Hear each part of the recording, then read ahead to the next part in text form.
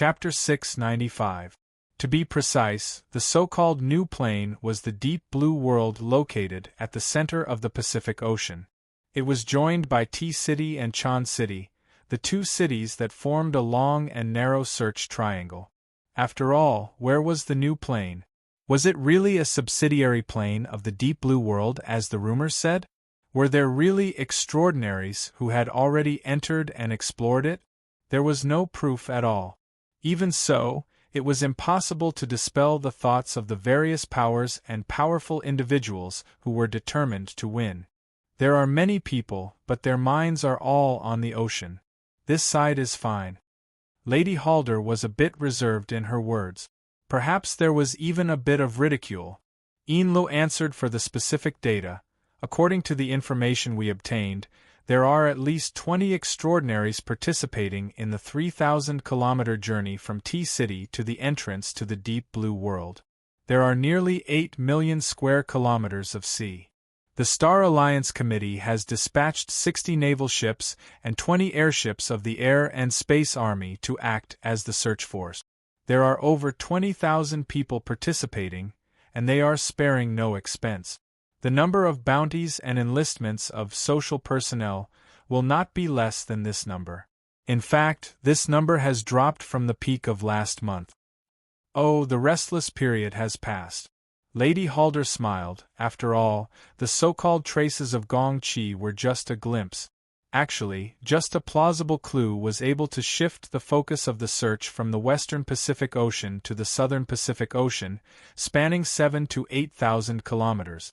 It is quite astonishing. It is a new plane after all. Yes. Boundless wealth and power. Luonan didn't continue on this topic. Instead, he said goodbye. I still have classes in Xia City. I'll be heading back first. If there are any problems, contact me at any time.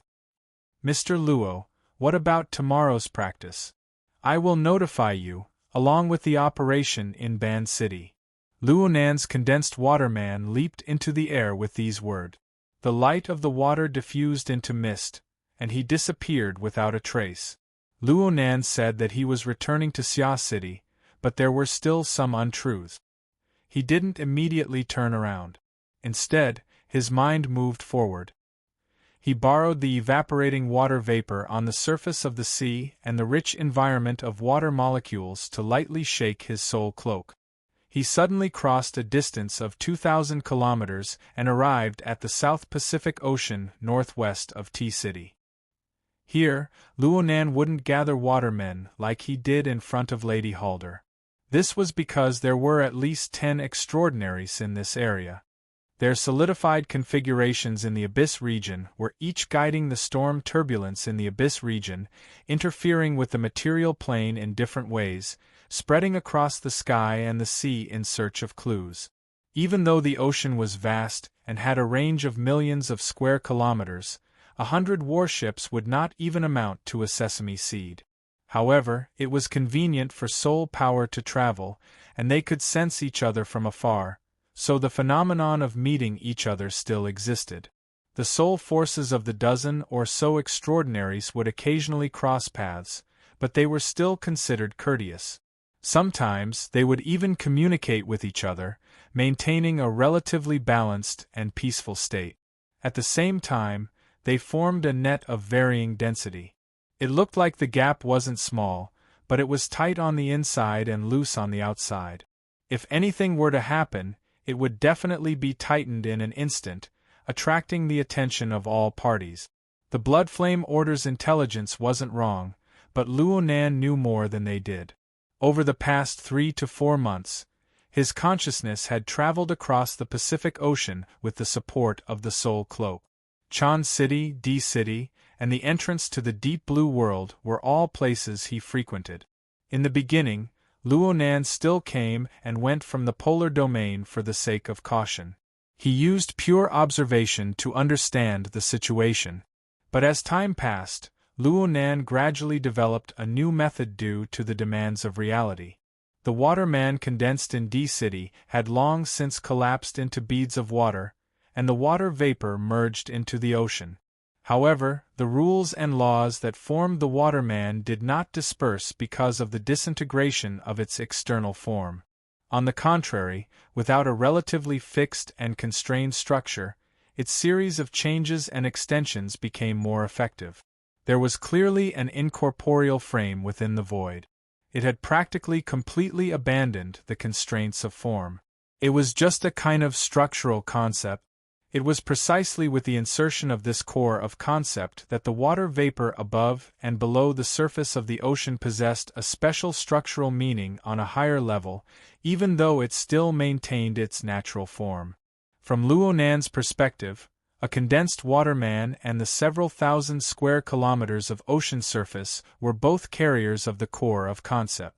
There was no essential difference between them. The same stream of water could be a probe for gathering information, or it could be a wire for transmitting information.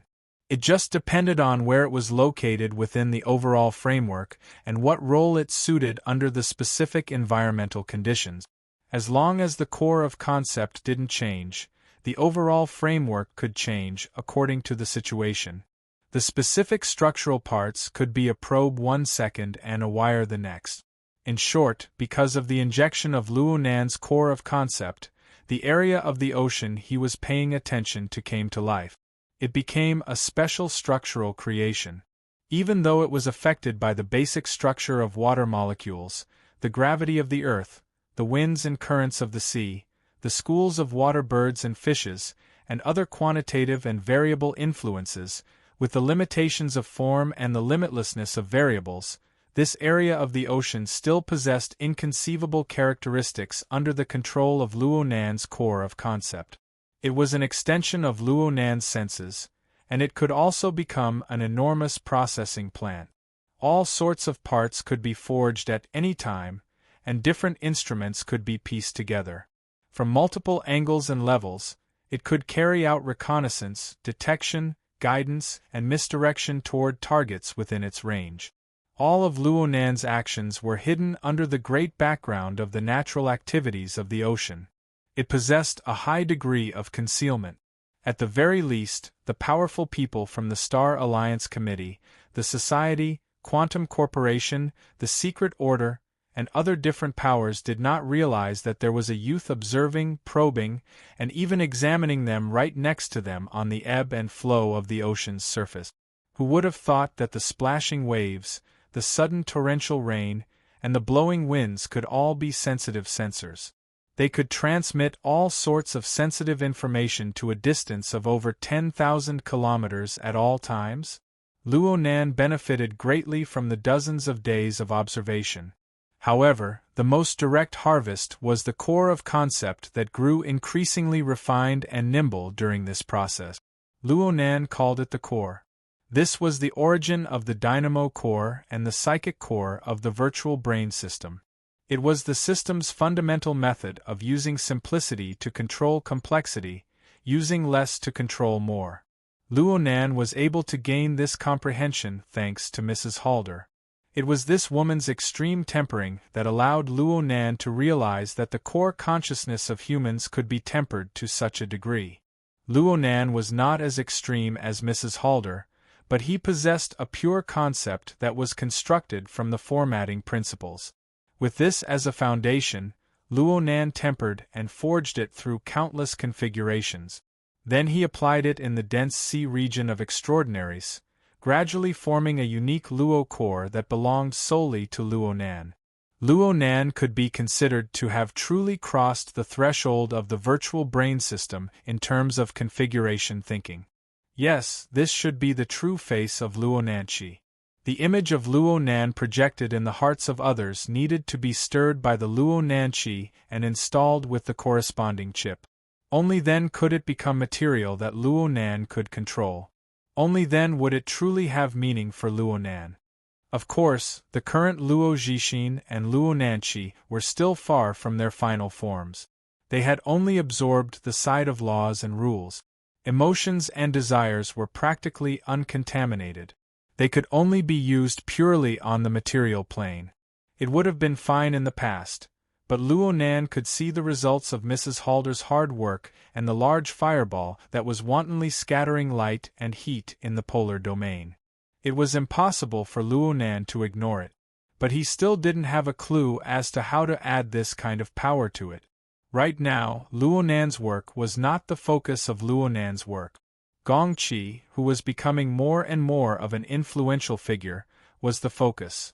Speaking of which, Gongqi was trapped in the cloud world. Wasn't it all thanks to Luonan that he was able to stir up a storm? Only after confirming that everything in the relevant sea region was normal did Luonan's consciousness truly return. He went through a great shuttle, breaking through the barrier of space and time, and entered the cloud world. The torrential sea of clouds surged with waves. Blood-red rays of light penetrated through the gaps in the clouds. It was impossible to see the edge of the light, and it even blurred everything up and down. Luonan didn't care about the direction. He borrowed the soul cloak to quickly lock onto his key target. It was that old man Gongqi who had been very active recently. If converted to Chan City's time, it was April 21st right now. It was a weekend off. Gongqi had been exploring with Snake Tongue for 2 consecutive days, searching for the ultimate mysteries of the cloud world. Both of them were in a soul-body state. It was just that after half a year of grinding and dissipating, the difference between them was extremely obvious. Gongqi's body burned with spiritual light. It was bright and resplendent, making him seem like a god. Snake Tongue, on the other hand, was shrouded in a thin layer of mist. Her radiance was not obvious, and she was nearly transparent. She was mixed in with the surrounding clouds and could be drowned out at any time. In fact, Snake Tongue's soul body had already shrunk by more than 2 sizes. She followed behind Gongqi, looking more like a legendary back spirit. She cast a gaze filled with resentment ahead, not concealing it at all. It was as if Gongqi didn't feel anything. In fact, he didn't care at all. Half a year was enough to obliterate all promises, to shatter all hopes. Snake Tongue still remembered the day she was thrown into this strange world. It was October 25, 2096. At this moment, 180 days were about to be gathered. She went from the panic of being trapped here alone to the pleasant surprise and vigilance of Gongqi crossing through space. Then came the days and nights of exploration and attrition. Her mood was synchronized with the state of her soul body. It continued to weaken almost irreversibly.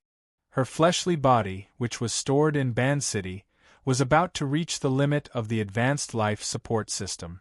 According to the established procedures, a freezing operation would be carried out next to preserve her last shred of hope. However, with the degree of weakness of her soul body, what hope would there be even if she returned? What was the value of her existence now? Chapter 696.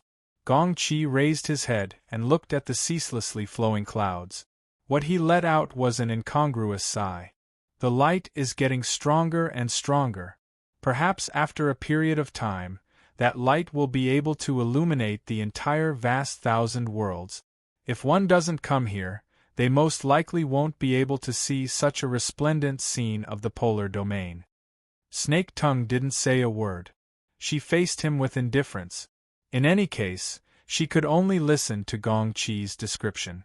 She couldn't sense what was happening in the polar domain at all. However, Luonan was using his soul cloak to sense the situation over here. His mood was inevitably affected. He knew what Gongqi meant by light. Yes, that was the light of the polar domain. It was the light and heat emitted by the source of the terrifying power that Luonan had traced back to the Wraith sign. More than 4 months ago, it had briefly ascended into the sky in the polar domain to demonstrate its strength, but it had been blocked by a mysterious and unfathomable curtain. According to Luonan's knowledge, this was the case in the local spacetime and the deep blue world. The only exception was here.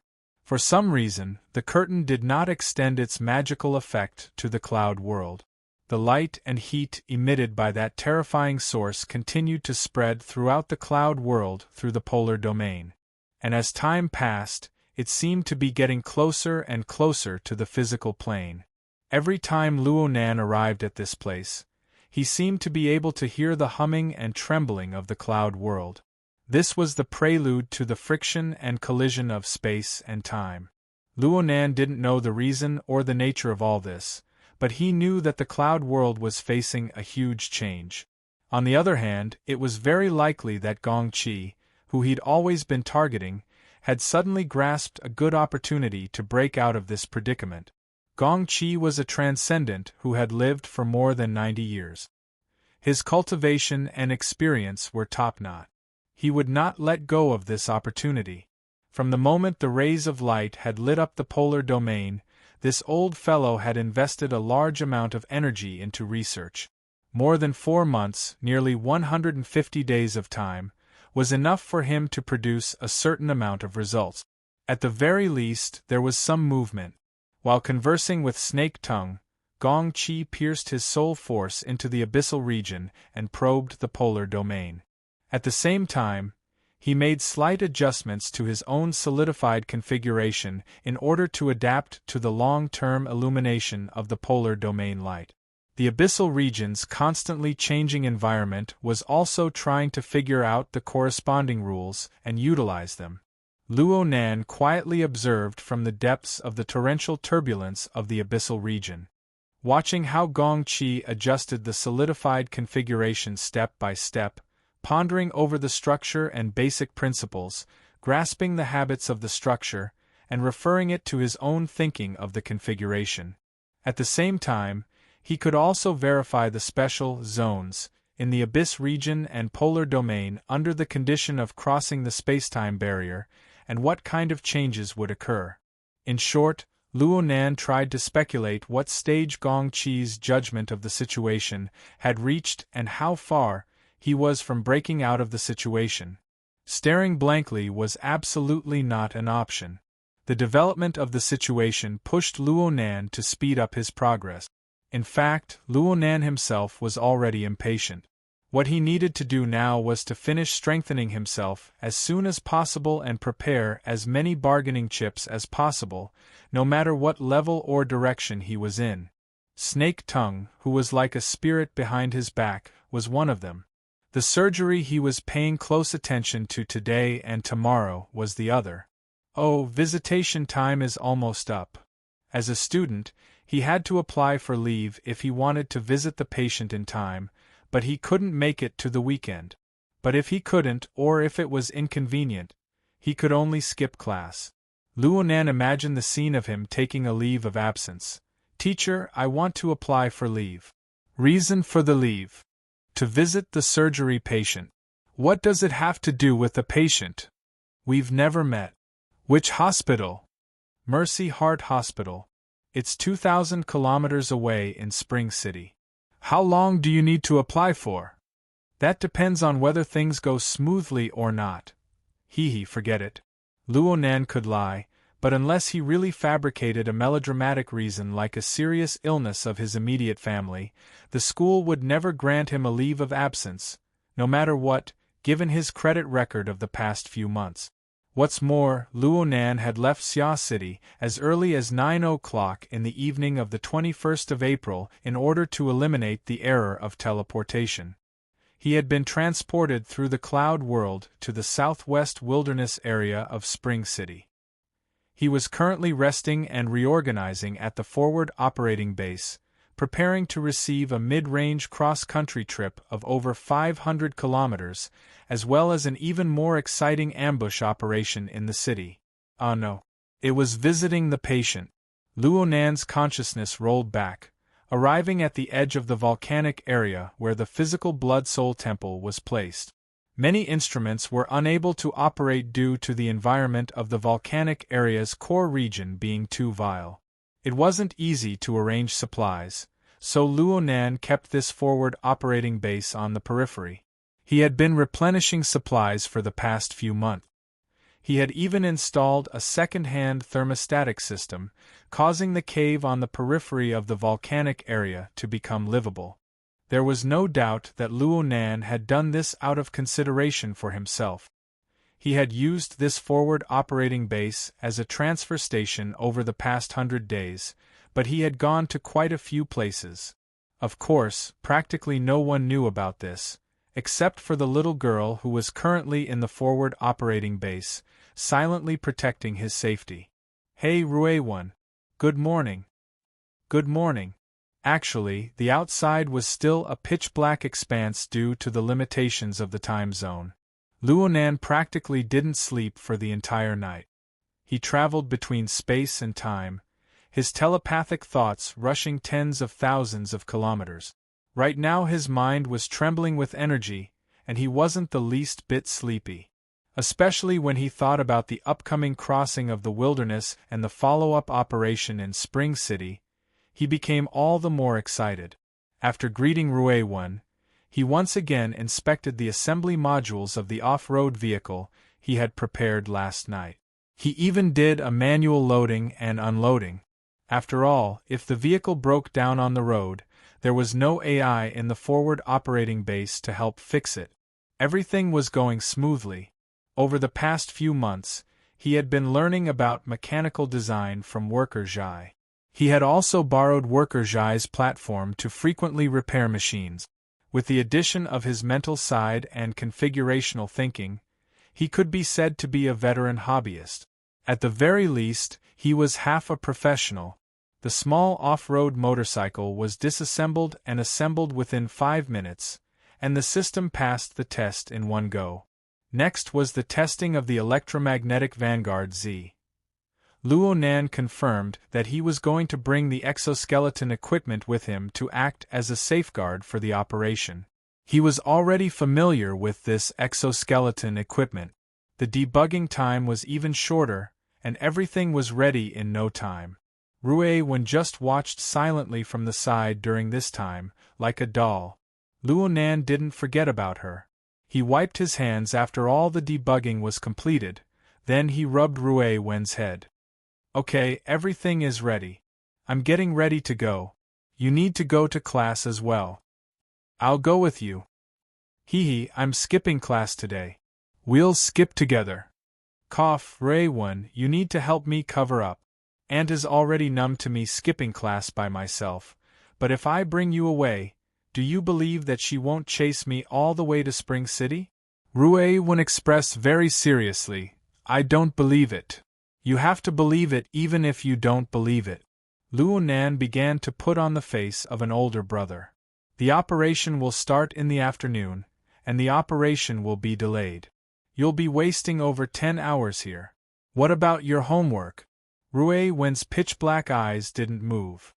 "Okay, I have no way to directly send it to Spring City, so I went around in a circle. You and I are different. You come as you please. How about this? If there's any danger along the way, I'll call for backup at the first instance. I'll also invite you over at the first instance after we reach Spring City. Let us brother and sister pair join forces and rob him." Forget about the last sentence. No matter what was said and done, the dignity of her older brother prevailed. Ruei-1 finally yielded and returned to Xia City under Luonan's urging. She should be able to make it in time for breakfast. Today was more or less settled. Luonan let out a long breath. He didn't stop and began to move things outside. He had filled in the cracks in the rock flow near the forward operating base a long time ago. The caterpillar robot could also help with the transportation. Everything was ready in a short 15-minute. He finished assembling the equipment in a certain flat area outside the cave and put on the light exoskeleton armor. Then he started up the off-road motorcycle. The motor hummed as it operated, just like his restless heart. April 22nd. The weather was clear with a force 2 to 3 easterly winds. There were no high-threat mutants along the planned route. The journey was estimated to take 6 hours and arrive before 1 in the afternoon. Luonan took a deep breath and adjusted his posture on the off-road motorcycle. He was just about to start up when he suddenly recalled something. "Alright, take a picture as a souvenir." He released a miniature probing flying bug and gave a thumbs up to the camera, leaving behind a conclusive image. Luonan laughed with a ha sound. He raised his legs and the motor of the motorcycle sped up. He charged forward with a roar, charging straight toward the boundary of Spring City that was 500 kilometers away. The rapidly unfolding and changing wilderness was before his eyes. He had no companions, no bodyguards, no omnipresent psychic wave network, and no mission channel that constantly updated and alerted him. Luonan just drove the motorcycle and sped across the desolate wilderness. The howls of wild beasts and vicious birds rang in his ears. Occasionally, he would see the dust and smoke of groups of beasts galloping into the distance. At the same time, the mutant multi-headed vulture high in the sky cast its vicious and greedy gaze over. The high-level hunters in the wilderness pricked up their ears one after another from the rhythmic vibrations of the ground. This was the wilderness. This was the main appearance that the Earth Monarch had spent decades dressing up. This was a place where countless people struggled to escape. At the same time, there were also countless people who forcefully ventured to explore this place. Luonan's grandfather, mother, and father had all left the most beautiful moments of their lives here. No matter where they went, there would always be some special and valuable things here. Luonan still didn't have a clear direction in regards to the wilderness. But Luonan was wantonly smearing traces that belonged to him within this enormous painting. Whether it was success or destruction, there was no need to pay attention to any of it. In this spacious and dangerous world, he naturally abandoned the city and all the rules and laws of his habitual living environment. He also abandoned the imminent pressure and danger. At least for this moment, he could enjoy the taste of unfettered freedom to his heart's content. Chapter 697. Spring City was located in the southwestern highlands. It was surrounded by many mountains, and transportation was inconvenient. During the 100 years of peace before the Third World War, a series of road infrastructure had finally been built. However, after the war, the mutants had wreaked havoc, and large areas had become uninhabited. At present, most of the roads had been destroyed. One could only vaguely see some traces among the weeds, rocks, and collapsed mountain ruins. In such a place, the maglev flying vehicles in the city were not practical. Aerial vehicles like flying shuttles also had to face the attacks of flying mutants, and there was the possibility of crashing into mountains at any moment. Therefore, most people who made a living here chose traditional, sturdy SUVs. Coupled with some auxiliary modules like maglev, they could deal with most situations. At this moment, on a gentle slope of a mountain, a small convoy of 3 SUVs and about 10 people were carefully setting up equipment to monitor the surrounding environment. The leader was tall and burly with a crew cut. He wore sunglasses, a leather jacket, and a pair of coarse trousers. He looked rather valiant. However, at the same time, he was also an expert in controlling equipment. He calmly commanded the crowd and asked his companions to install equipment in various positions. Every order was clear, and the scene was busy but not chaotic. Someone was willing to play the role of a lackey and praised, as expected of a field team. "With you, Brother Bao, we have a clear target." "Shut up. What's that sound?" "Ah." Brother Bao frowned and listened attentively. A few seconds later, his expression became even uglier. "Which idiot is this? Didn't you see the rolling earth dragon sign? I used maglev to move it bit by bit." At this moment, many people present could already hear the vibration of the motor engine. Of course, the most ear-piercing sound was the friction between the car and the bad road surface. "It's southwest. It's not coming from the city." The person in charge of remote monitoring raised his hand to inform them. Brother Bao moved over. Through the monitoring equipment, he saw a rolling earth dragon returning from the southwest wilderness. It was the dry season around Spring City for many years. Dust and grass were flying everywhere, and it was hard to see clearly. He could only tell that it did not look like a large vehicle. It doesn't look like a long-distance traveler. Maybe someone from one of the teams returned to the city temporarily? While they were talking, the surveillance equipment finally captured some details. It was a small off-road motorcycle, and it was all alone. Brother Bao cursed softly. Send him a signal. If he wants to live, he has to take a detour. Even if he can survive, he has to compensate us for our losses. The lackey did not miss the opportunity to praise again. Brother Bao is very particular. If you wanted me, I would have asked him to add another dish to the rolling earth dragon. Cut the crap, hurry up and send the signal. Oh my God! Brother Bao cried out involuntarily. Before that, in the surveillance screen, in front of the rolling earth dragon, the hard ground suddenly exploded, and a huge pit with a diameter of more than 3 meters appeared. Soil and rocks flew everywhere. What was even more terrifying was that in the depths of the huge pit, there seemed to be a demonic giant flower blooming. It was formed by dozens of hundreds of slender tentacles, and light blue mist sprayed out from the center. In the blink of an eye, it swallowed the off-road motorcycle at the front of the Earth Dragon. Bullshit rolling Earth Dragon, this is a chrysanthemum demon bug. Brother Bao's face turned green. He pulled out the topographic map and took another look. Then, he slapped himself. I'm so King stupid.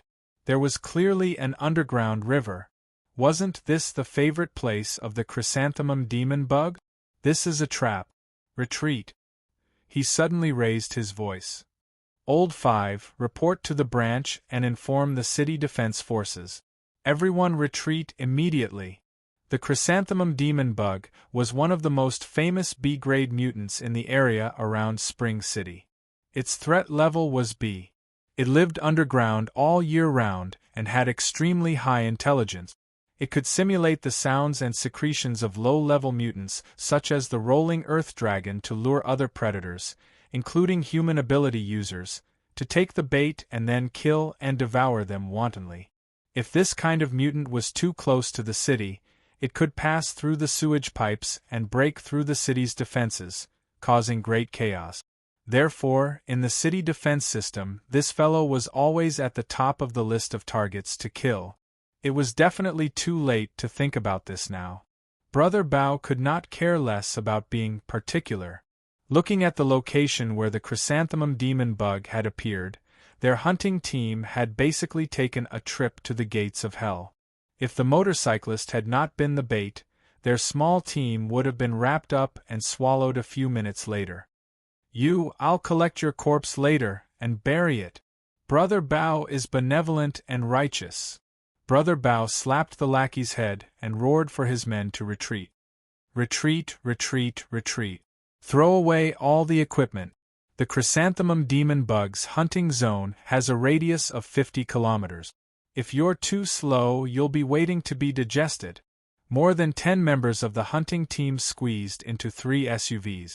At this time, it was impossible to use the slow maglev plug-in. Instead, they drove at full power and sped down the rugged mountain road. Brother Bao's car felt like it was about to overturn several times. He relied on his years of driving skills and the smart system to forcibly correct it. Across the mountain, there was a muffled explosion and a sharp sizzling sound. That scalp-numbing sizzling sound was undoubtedly the sound of the chrysanthemum demon bug. As for the explosion, the motorcycle probably exploded. Brother Bao turned his head and looked back. There seemed to be a flash of light on the other side of the mountain, very much like the afterglow of a thermal weapon. Tragic, really tragic. Every year, there were about 1,000 people in Spring City who died in the wilderness. There was no lack of ability users among them. Now there was another one. Brother Bao thought of something again. Pay attention to the bottom of the car. Refer to the topographic map and avoid the underground river. The chrysanthemum demon bug passes through the water. Its speed is not slower than a car. It can also spray poisonous fog. Just as he was shouting, the lackey beside him screamed, "Bug, it's coming up!" Brother Bao turned around in shock and saw dozens of slender tentacles flying above the mountain. Occasionally, they crossed the mountain barrier and rose and fell. This was not a normal method, but it was even more terrifying. Brother Bao cursed, but he had no other choice. He could only shout, "Speed up, speed up!" The driver of the jeep he was in was an experienced veteran. Just by looking, he could infer the approximate speed of the pursuers behind him. He immediately howled in despair, "They're going at least 200 kilometers per hour. There's no justice in this world." Bullsh *T. Brother Bao roared back. If the chrysanthemum demon bug could run at a speed of 200 kilometers per hour on the ground, its threat level would definitely not be B-. Even if the branch and the city defense army were to go all out, they would have to kill these perverted mutants. Messy thoughts that were of no help to the current situation flashed through Brother Bao's mind. However, when he turned his head to look at the flying tentacles, his mind was already blank. At this moment, there was a loud bang in front of him. The SUV at the front finally could not withstand the test of speeding on the rugged mountain road, and flipped over. If not for the fact that the expensive SUV was relatively sturdy, the people in the car were agile, and the smart posture correction would have been just enough. This was a tragedy of falling straight down a cliff. The car was destroyed and people died. However, in this way, the car in front was blocked by the car behind on the narrow mountain road. Retreat became a joke. At the same time, an even greater tragedy had clearly caught up. Brother Bao's mind exploded. He forcefully suppressed the stupid words of charging over. Instead, a certain thought rushed out. "I can't embarrass Captain Chiu." In the next second, he shouted, "Save him!" The two SUVs behind him braked urgently. Brother Bao did not wait for the car to stop before jumping down. He pulled a few of his companions who had just gotten up from the ground and used brute force to straighten the overturned SUV. He then let the injured people with inconvenient legs sit in the other cars. The car behind, quickly pass. Hurry up and start the engine. The driver in front was a little dazed from the fall and did not know to check the car's condition immediately. Brother Bao's scalp went numb when he saw that. He rushed over, pushed him away, and forcefully started the engine. Thank the heavens and thank the ancestors. There was no problem with the high-power modified motor of the off-road vehicle, and there was no problem with the intelligent system's instantaneous self-detection. At that moment, the two cars that passed quickly had already run a few hundred meters away. When Brother Bao turned around, the flying tentacles of the chrysanthemum demon bug had completely crossed the peak and were rolling over. "Quick, quick, quick!" Brother Bao snatched the driver's seat and called everyone to get into the car. Without waiting for them to sit down, he stepped on the accelerator. The car roared forward. However, it had only traveled about 10 meters when the wind howled above its head. The swaying tentacles rode the wind and even whipped the broken windshield. In the next second, the chrysanthemum demon bug's body, which weighed at least 2 tons, smashed heavily onto the ground 20 meters away. The off-road vehicle braked suddenly, but it could not stop it and crashed heavily. Fortunately, the huge flesh tentacles in front were not hard enough. The off-road vehicle seemed to have hit a sponge, and it did not cause a more serious accident. "Reverse, reverse quickly!" The original driver sitting in the front passenger seat screamed crazily. Brother Bao had already switched to reverse, but he did not step on the accelerator again. The chrysanthemum demon bug in front of him lay on the ground, its tentacles still twitching. There was still a slight fragrance of meat. The smell molecules penetrated the broken windshield and blew over with the dry mountain wind. Apart from its size, it looked more like a half-roasted sea anemone. Brother Bao stared at the huge piece of meat in front of him in a daze without blinking. At that moment, the roar of an electric motor sounded from behind. It belonged to an off-road motorcycle.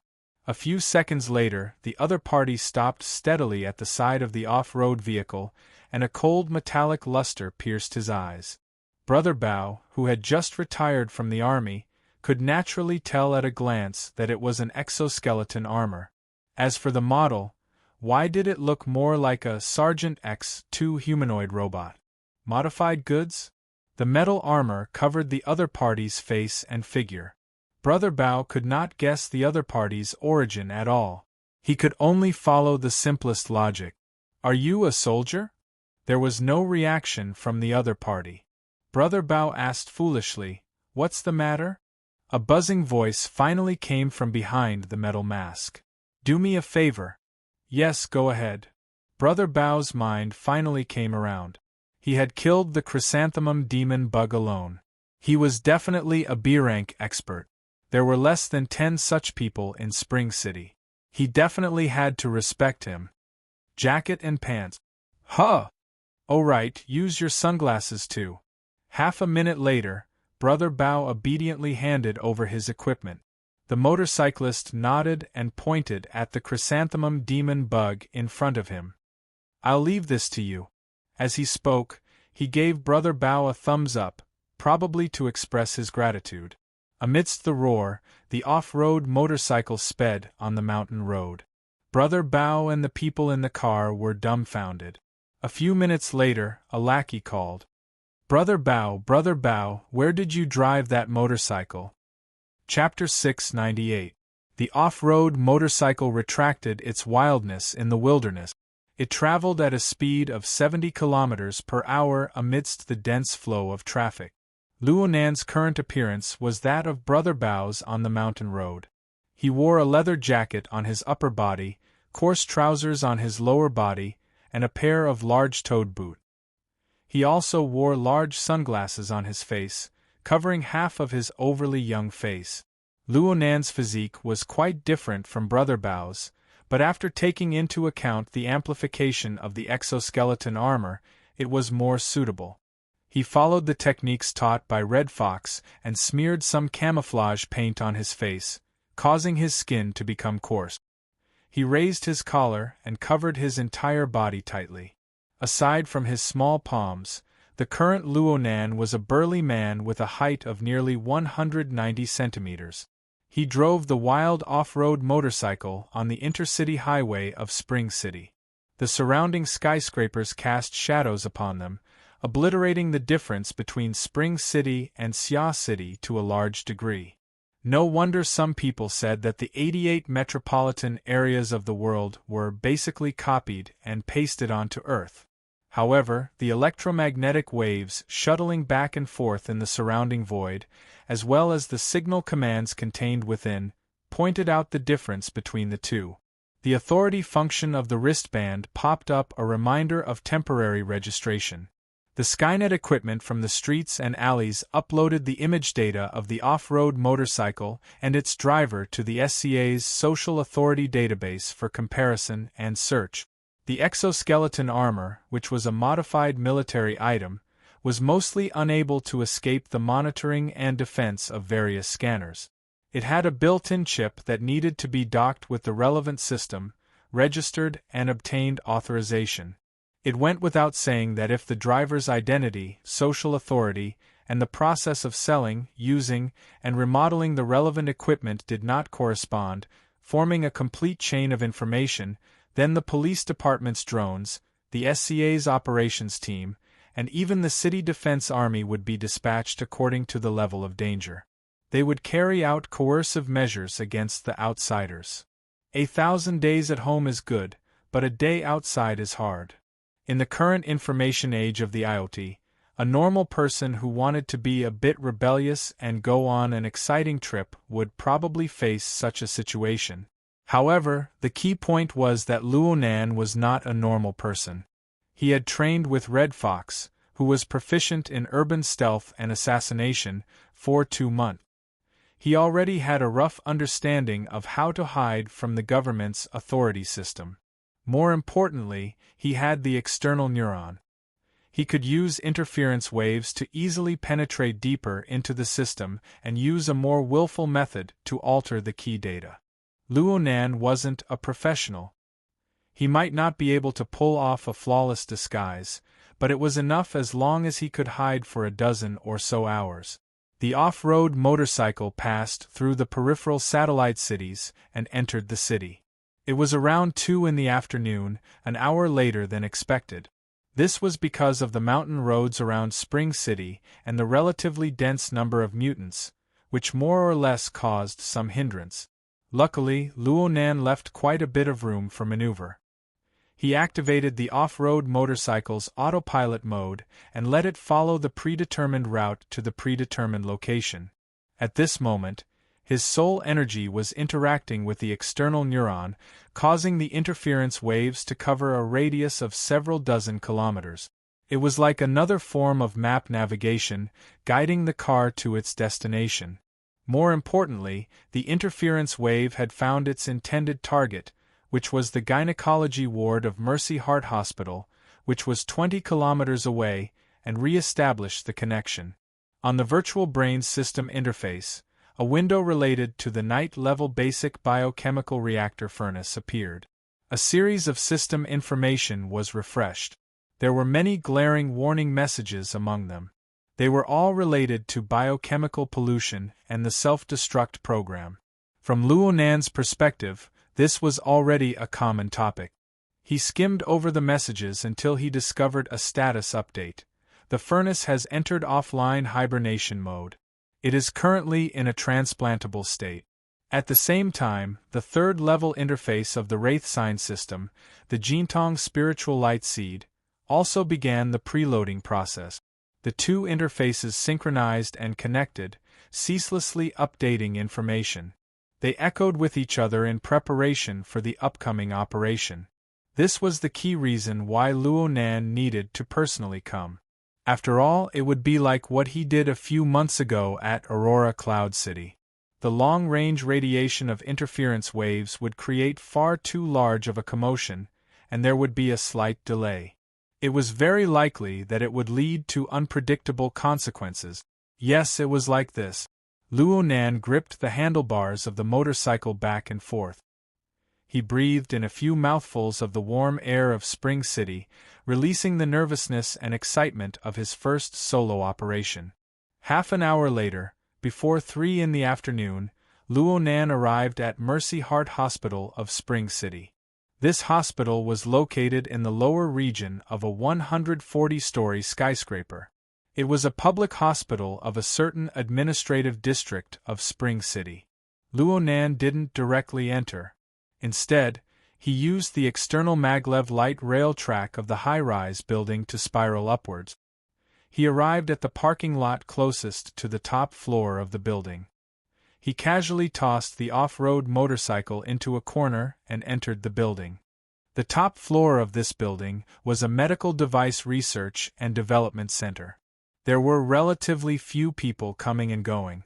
Luo Nan's current attire would be quite eye-catching if he were to appear in front of people.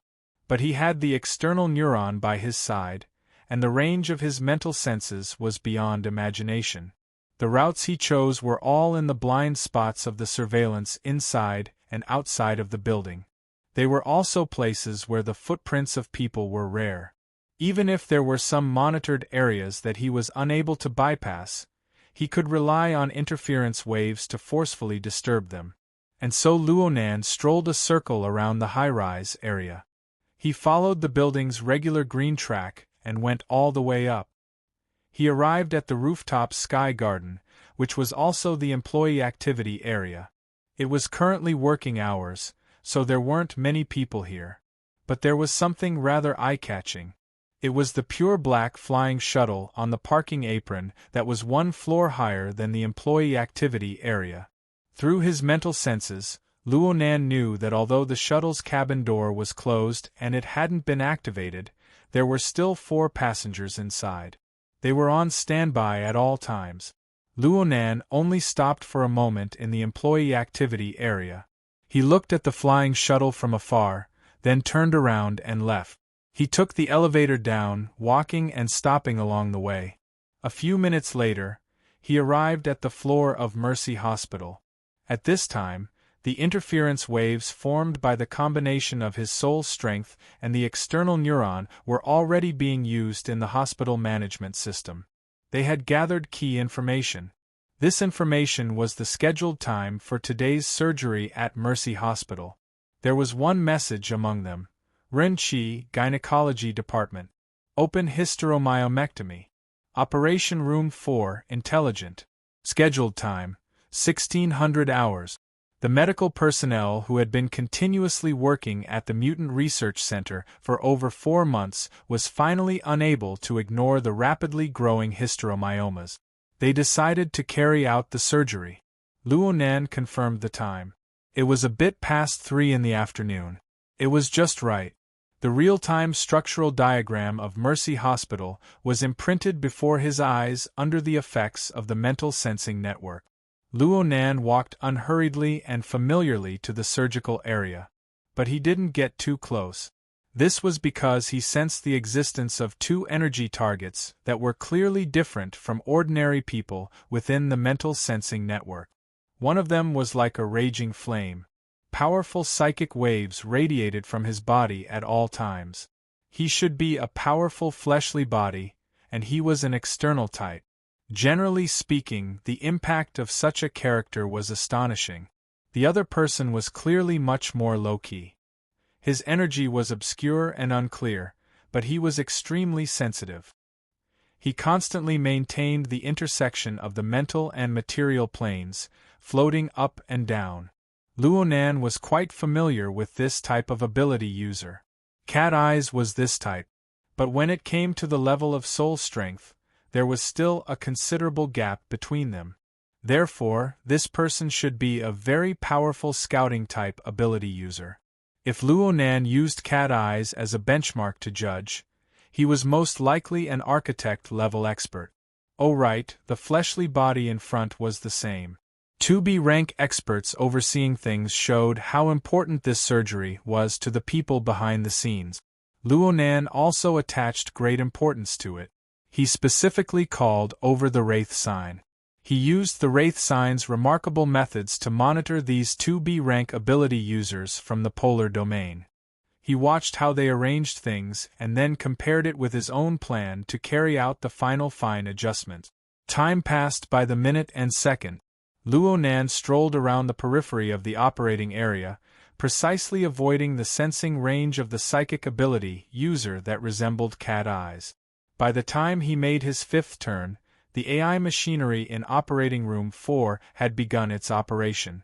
Simple surgeries, such as the hysteromyomectomy, had already been realized in the medical world to be 100% automated.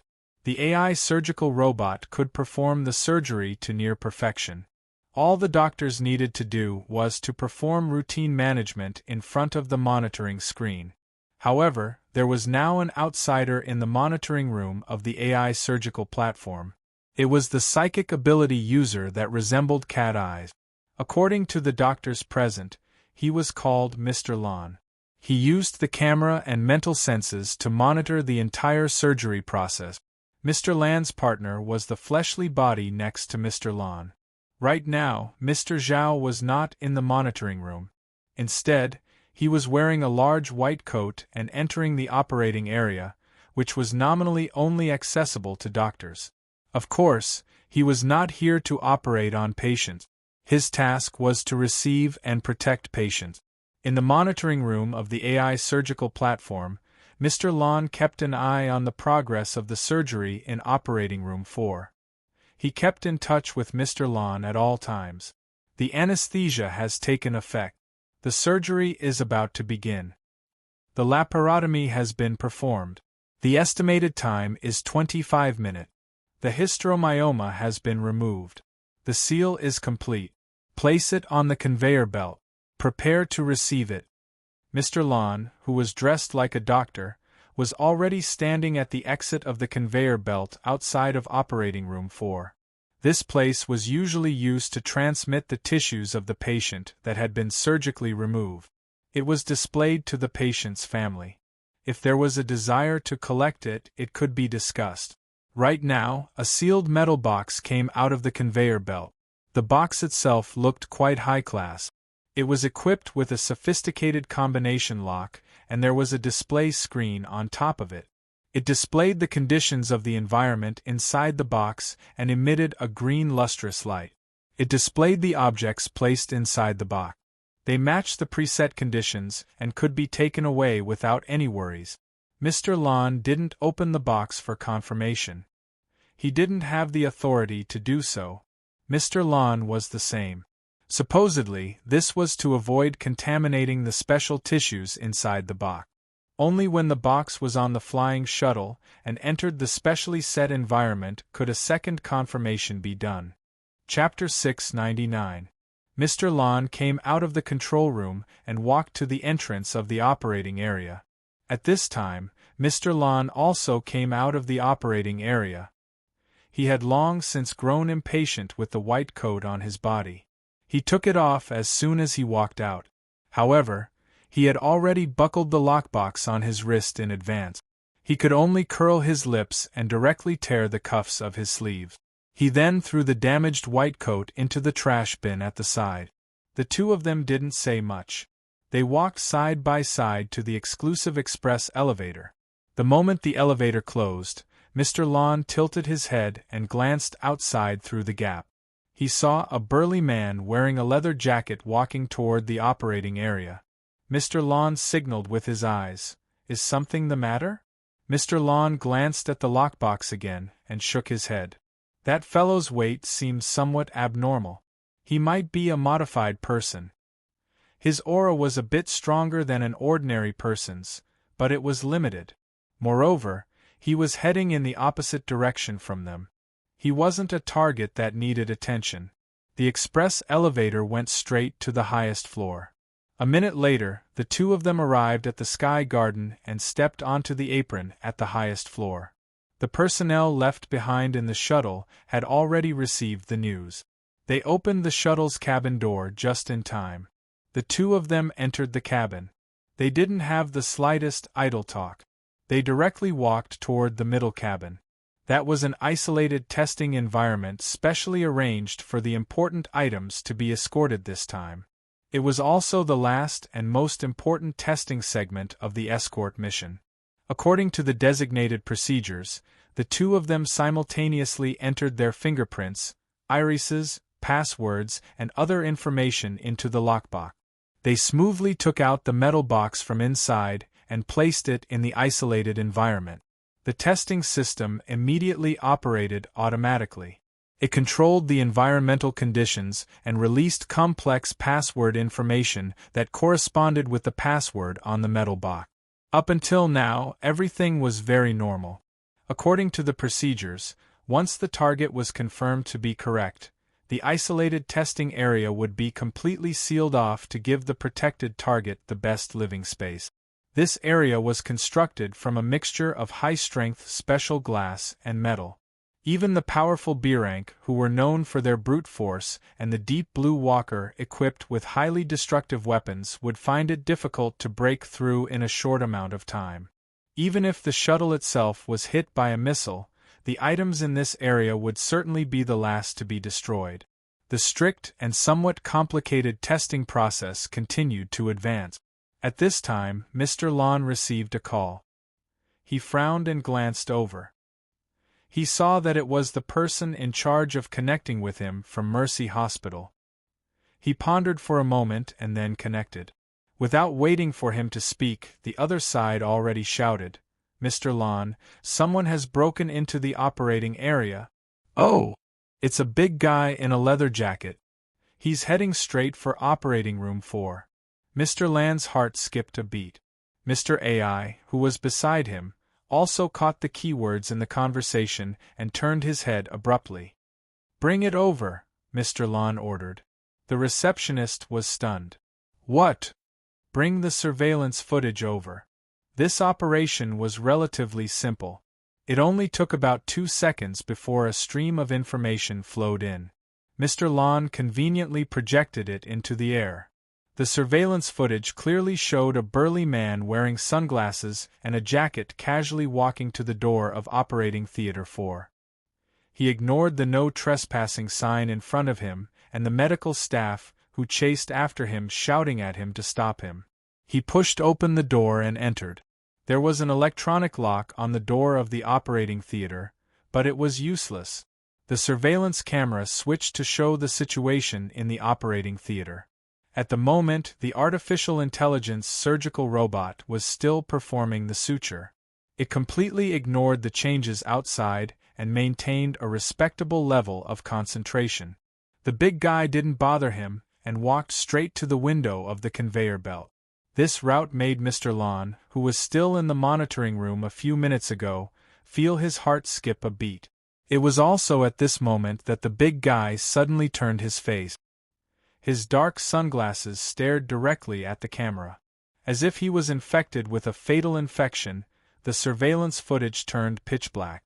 The receptionist of Mercy Hospital let out a meaningless wail. The surveillance footage has been destroyed. Mr. Land's eyebrows were already locked tight.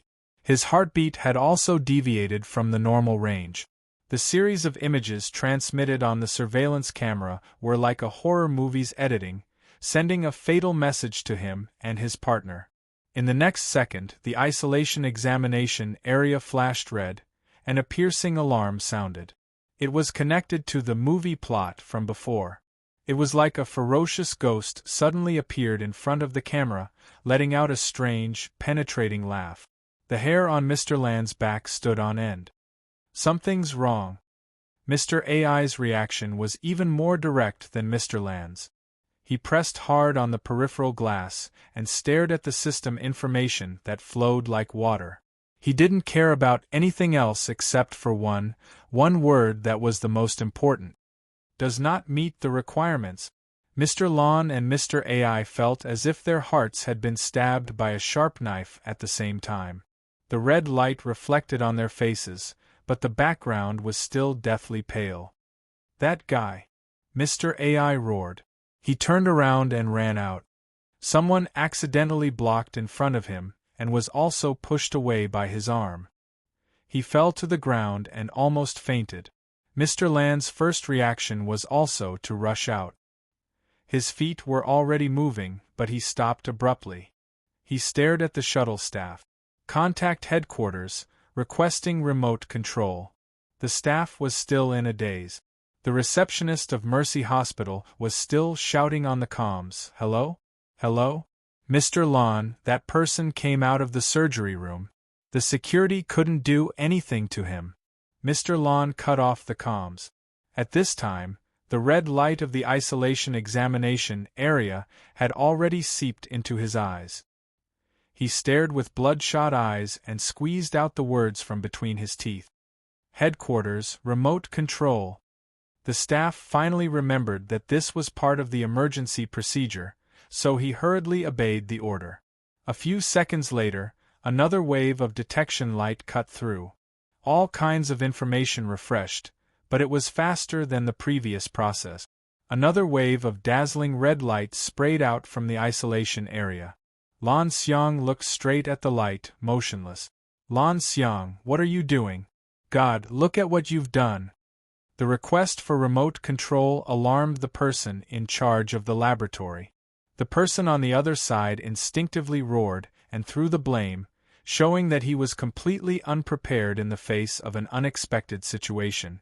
Lan Xiang retorted without showing any weakness, "You're the one who made a sh*TTY safety design. I need to open this damn box right now." The person in charge of the laboratory turned red. "No, you don't have the authority. I don't either." "Then find someone who has the authority. Where's Jeff? If he can't do it, then get me Li Wei." "Are you crazy?" Lan Xiang knocked on the hard isolation glass. Look at this notification. I don't want to talk to idiots anymore." The person in charge's nostrils were almost bursting from the breath. The next moment, he was pushed away from the screen by a hand.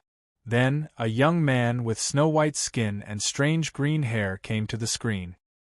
He stared at the isolation area for a second and said, "It's open now." Lan Xiang was also stunned for half a second, mainly because he didn't expect Li Wei to appear the moment he mentioned Li Wei. Fortunately, he quickly came to his senses and turned to look.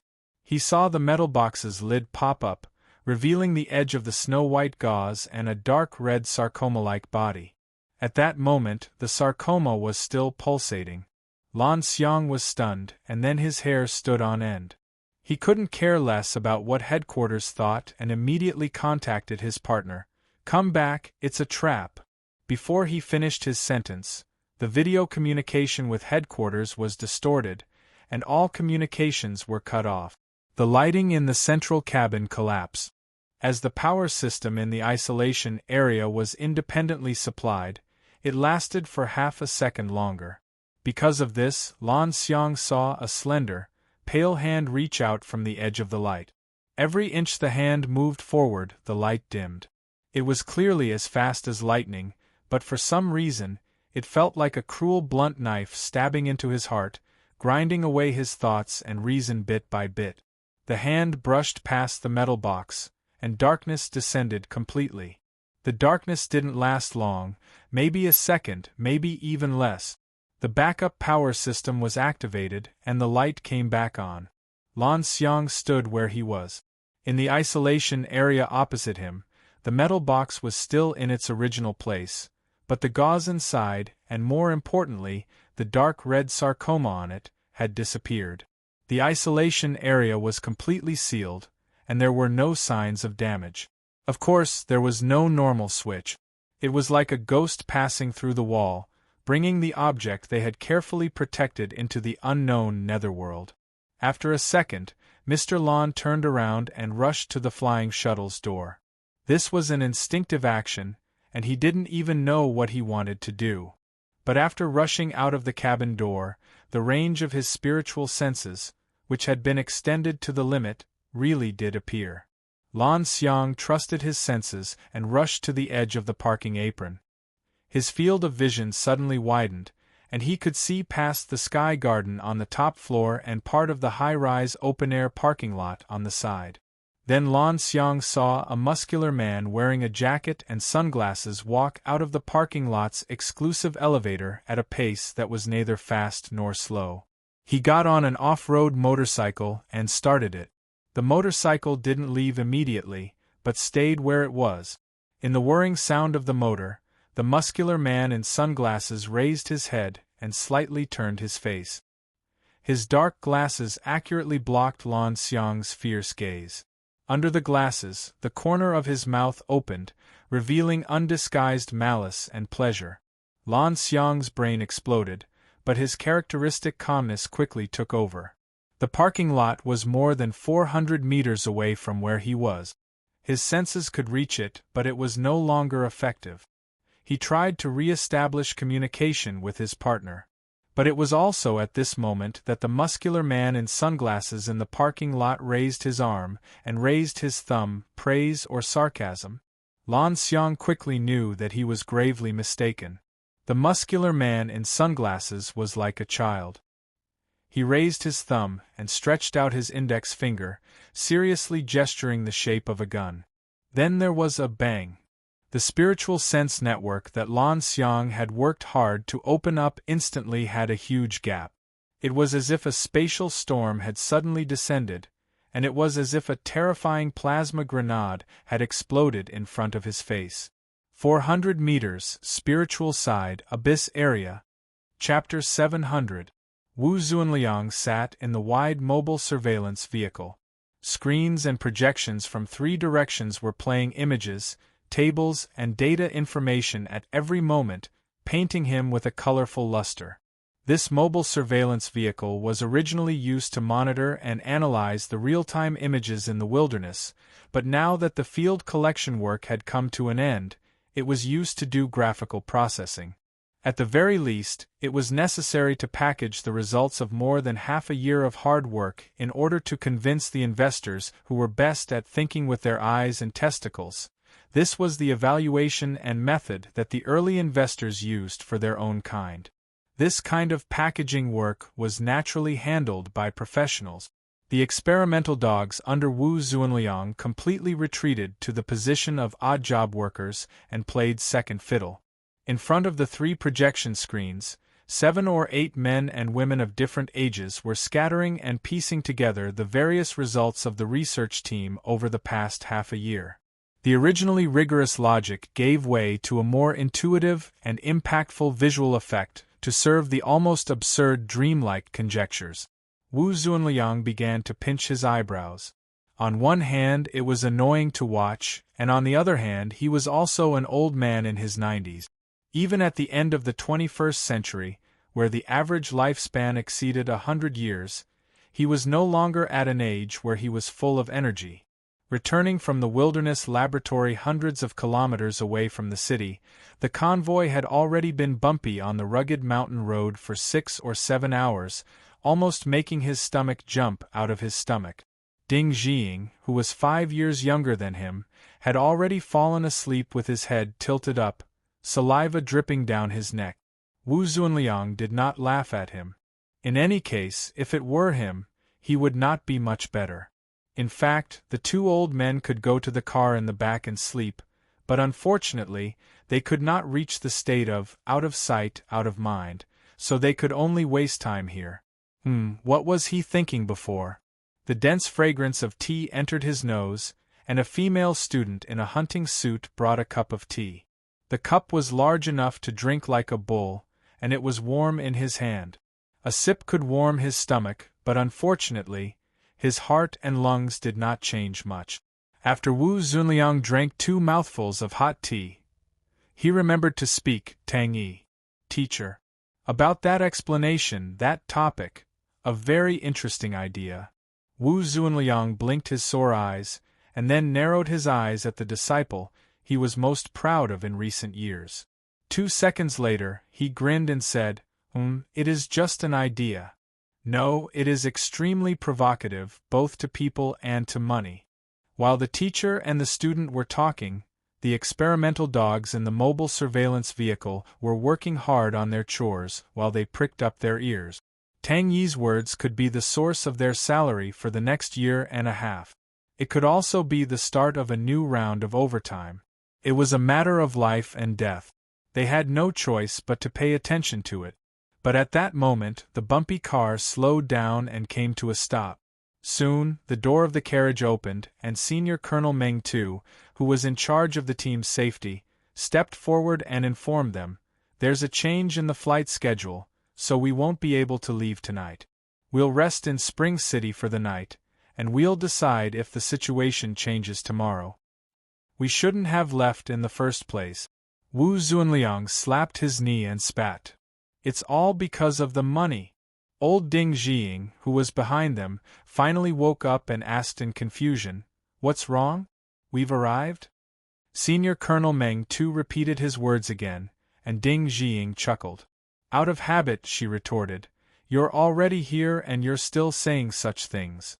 Your old Pan might have already prepared breakfast for tomorrow. It'll be a waste." "Don't worry, there's no need to think about breakfast.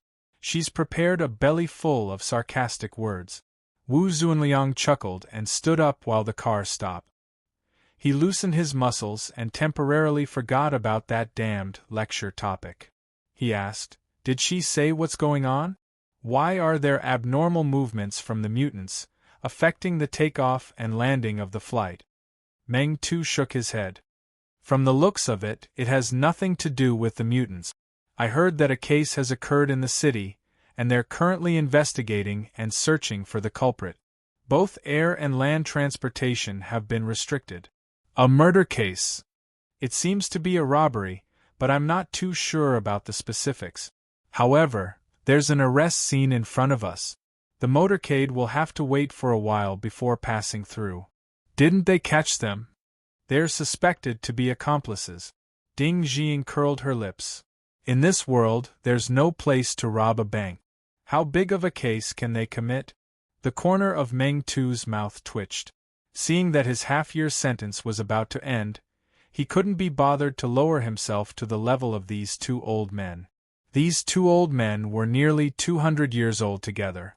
They had pretty much experienced everything, yet they were extremely calm and collected. Ding Jiying laughed. "At least we didn't get the news when we arrived at the airport. We can spend the night in the hotel and concentrate on organizing the information." Wu Zunliang snorted. "What's the fuss about when we're about to leave?" "Who was the fuss just now?" Ding Jiying didn't even deign to scold him. She just said, "If everything was done properly, why would we need to worry about it?" The current situation is that the lecture topic is very frightening. It forcefully relies on some new plane. But where's the argument? Whether it's Xia City or Spring City, they're all using a bunch of so-called first-hand information to blackmail people. Who are they trying to fool to get those people to throw money at them? Wu Zunliang shot a glance at Meng Tuesday. His gaze pointed towards the female disciple he was proud of. His meaning was, "Oh, it's your turn to continue the previous topic." Tang Yi was pushed to the front by her teacher, but she was still calm. "The latest data is pretty good. We're doing comparative research. The topic comes from the comparison. Hee, little Tang, you graduate students can handle the updating of data. Is there a need for us two old men to come over? You're right about one thing. The topic comes from the comparison. But where are the new topics that can be continued after the comparison? Suspected planar pollution source interference comparative research. This topic is quite resounding." The big and small bosses were scolding each other. The experimental dogs in the car shrunk their necks and acted as if they didn't understand what the humans were saying. They weren't in the mood to work. There was a young man operating in front of the screen. He was more curious about the outside world than the internal squabbles. He secretly took a look at the external camera of the mobile surveillance car. He wanted to watch the show. But he made a mistake. He forgot to split the screen and shrink it. Now everyone in the car could see it. The front of the motorcade was indeed a mess. A group of people were confronting the military and police. There were also physical conflict. The scene was explosive. Coupled with the black muzzles that had been raised, it didn't look like an arrest. It looked more like a prelude to an armed conflict. Someone cried out. The young man hurriedly tried to cut it, but he heard two people say at the same time, "Wait." It was Wu Zunliang and Meng Tu who spoke. In the past 6 months, there weren't many times when they had the same opinion. Wu Zunliang stared at the screen without blinking. "That car is stuffed with chrysanthemum bugs?" Meng Tu didn't speak again, but his eyes also pointed at the small motorcade of 3 SUVs in front of them, especially the car filled with indescribable meaty threads. Relatively speaking, Wu Zunliang's thoughts were simpler. "We didn't collect any specimens of chrysanthemum bugs this time, right? Ask them if they were hunted in the volcanic area or outside the area. It would be great if there were fire god ants parasitizing them." Meng Tu frowned and looked at it for a long time. Then he personally operated it. He enlarged the external camera and locked on to the details of the chrysanthemum bugs, especially the seemingly distorted burn wounds. "Wait a minute, I'll go down. Ask them where they are," Wu Zunliang reminded him. Meng Tu didn't respond and got out of the car. Looking at the image of the external camera, he went straight to the scene of the conflict. The young experimental dogs all stared at him with some kind of malicious expectation. However, the change in the situation was still beyond most people's expectations. After Meng Tu went over and revealed his identity, both sides showed respect or fear, and then they compromised. Of course, there was a relatively long communication in the middle, but the emotions and attitudes on the faces of everyone on the opposite side were still very clear under the high-precision camera. Senior Colonel Meng really has face. An experimental dog who accidentally regarded Meng Tu as a security captain for a long time finally realized what kind of status a senior colonel of the Special Warfare Forces had. Not mentioning how nervous the experimental dogs were, Meng Tu quickly came back. When he got in the car, Wu Zunliang asked, "Are they selling it? Let's go back to the city with them. There's something we can confront and confirm." Meng Tu was worried that the two old men would cause trouble again, so he explained, "It's the X-2 robot we encountered when we just moved to Spring City last year. It's the one that affected the sampling in the volcanic area and destroyed our first wave of mimicry reconnaissance planes. Didn't it enter the core of the volcanic area? Afterwards there were no results." "Oh." The two old men acted as if they had suddenly realized something. Ding Jing was very surprised. It's been almost half a year and it's so far away. How do you know it's related to that robot? Because of the wound. At this time, the conflict ahead had temporarily calmed down and was preparing to move again. Meng Tu didn't mind chatting with the two old men for a while. He was also in a good mood after unexpectedly discovering an important clue. The X2 robot from last time embodies a kind of special technique. It's not convenient to talk about the specifics, but it's the kind that we Deep Blue walkers pay a lot of attention to. It's a pity that we didn't have any new clues until this chrysanthemum demon bug corp. The wound on it is very similar to the situation that appeared half a year ago. The format of fire, no, the extraordinary power enchantment, had always been the focus of the military's research. Naturally, they had to pay 120% attention to situations that appeared outside of the system. Meng Tu thought for a moment and said, "Professor Wu, Professor Ding, I want to get a brief report on the cause of the chrysanthemum demon bug's death, as soon as possible. I hope to borrow the research team's equipment." "No problem, it's fine if you lend it to me." Wu Zunliang had a face full of generosity as he knocked his own chest. "In any case, I can't leave at night. It's just the right time to do something. Senior Colonel Meng, go in and form the sampling. Hey, little Zhao, go and help." The experimental dog got up with a tragic and stirring heart, shook his head and wagged his tail as he followed Meng Tu. Chapter 701. At 9 o'clock in the evening, the Mercy Hospital robbery briefing was held at the Spring City Military and Police Joint Defense Center. Meng Tu was able to participate in the meeting as the provider of important clues, a high-ranking officer of the Field Army's Special Forces, and a part of his identity as a guest. He had basically completed most of his objectives at this point. Just as he was wondering if he should communicate with his superior, Tian Bang, someone greeted him from the staff area. He turned around and saw a familiar face. "Major Chen, no, Lieutenant Colonel Chen, congratulations." Lieutenant Colonel Chen took the initiative to greet him. He was the person in charge of the supply base when the scientific research team first arrived in Spring City. Half a year ago, he was still a major. Now, his rank had risen by 1 rank, and he was not even 50 years old. Even in the city defense system, it was still something worth celebrating. Lieutenant Colonel Chen had a good personality and a good temper. He was a very smooth person and knew how to expand the topic. He knew that he could greet Meng Tu, but there was nothing to talk about. Thus, he decisively introduced another person. "Senior Colonel Meng, this is the hero of our Spring City Army, Captain Cho Wei." Meng Tu was wondering who this person was wearing sunglasses in the conference room. He immediately came to a realization when he heard this. He immediately stood up, saluted, and extended his hand. The other party's movements were almost synchronized. Then they shook hands. "Captain Cho, no, I should call him Junior Cho.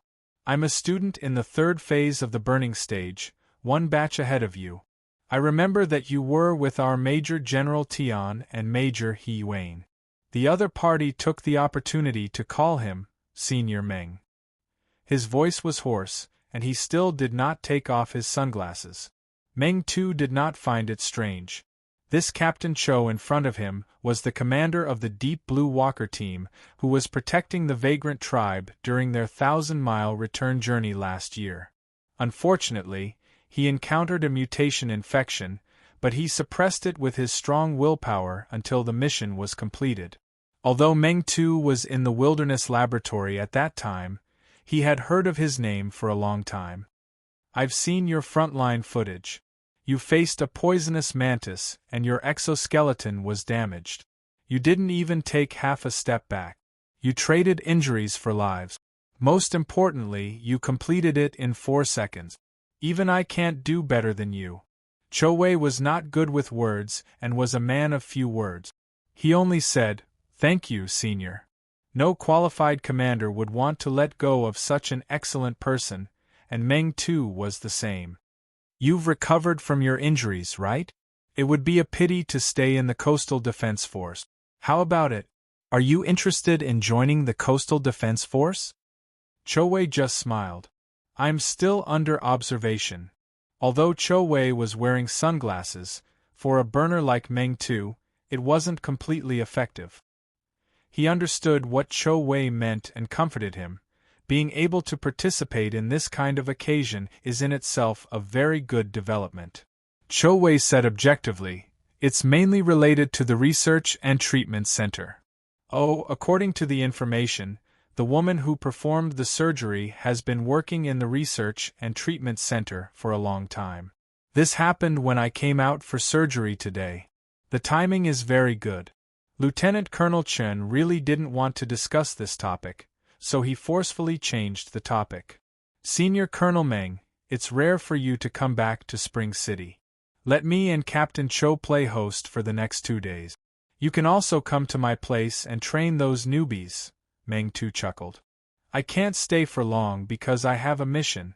I'll be escorting the research team out tomorrow, so I can only decline Lieutenant Colonel Chen's good intentions.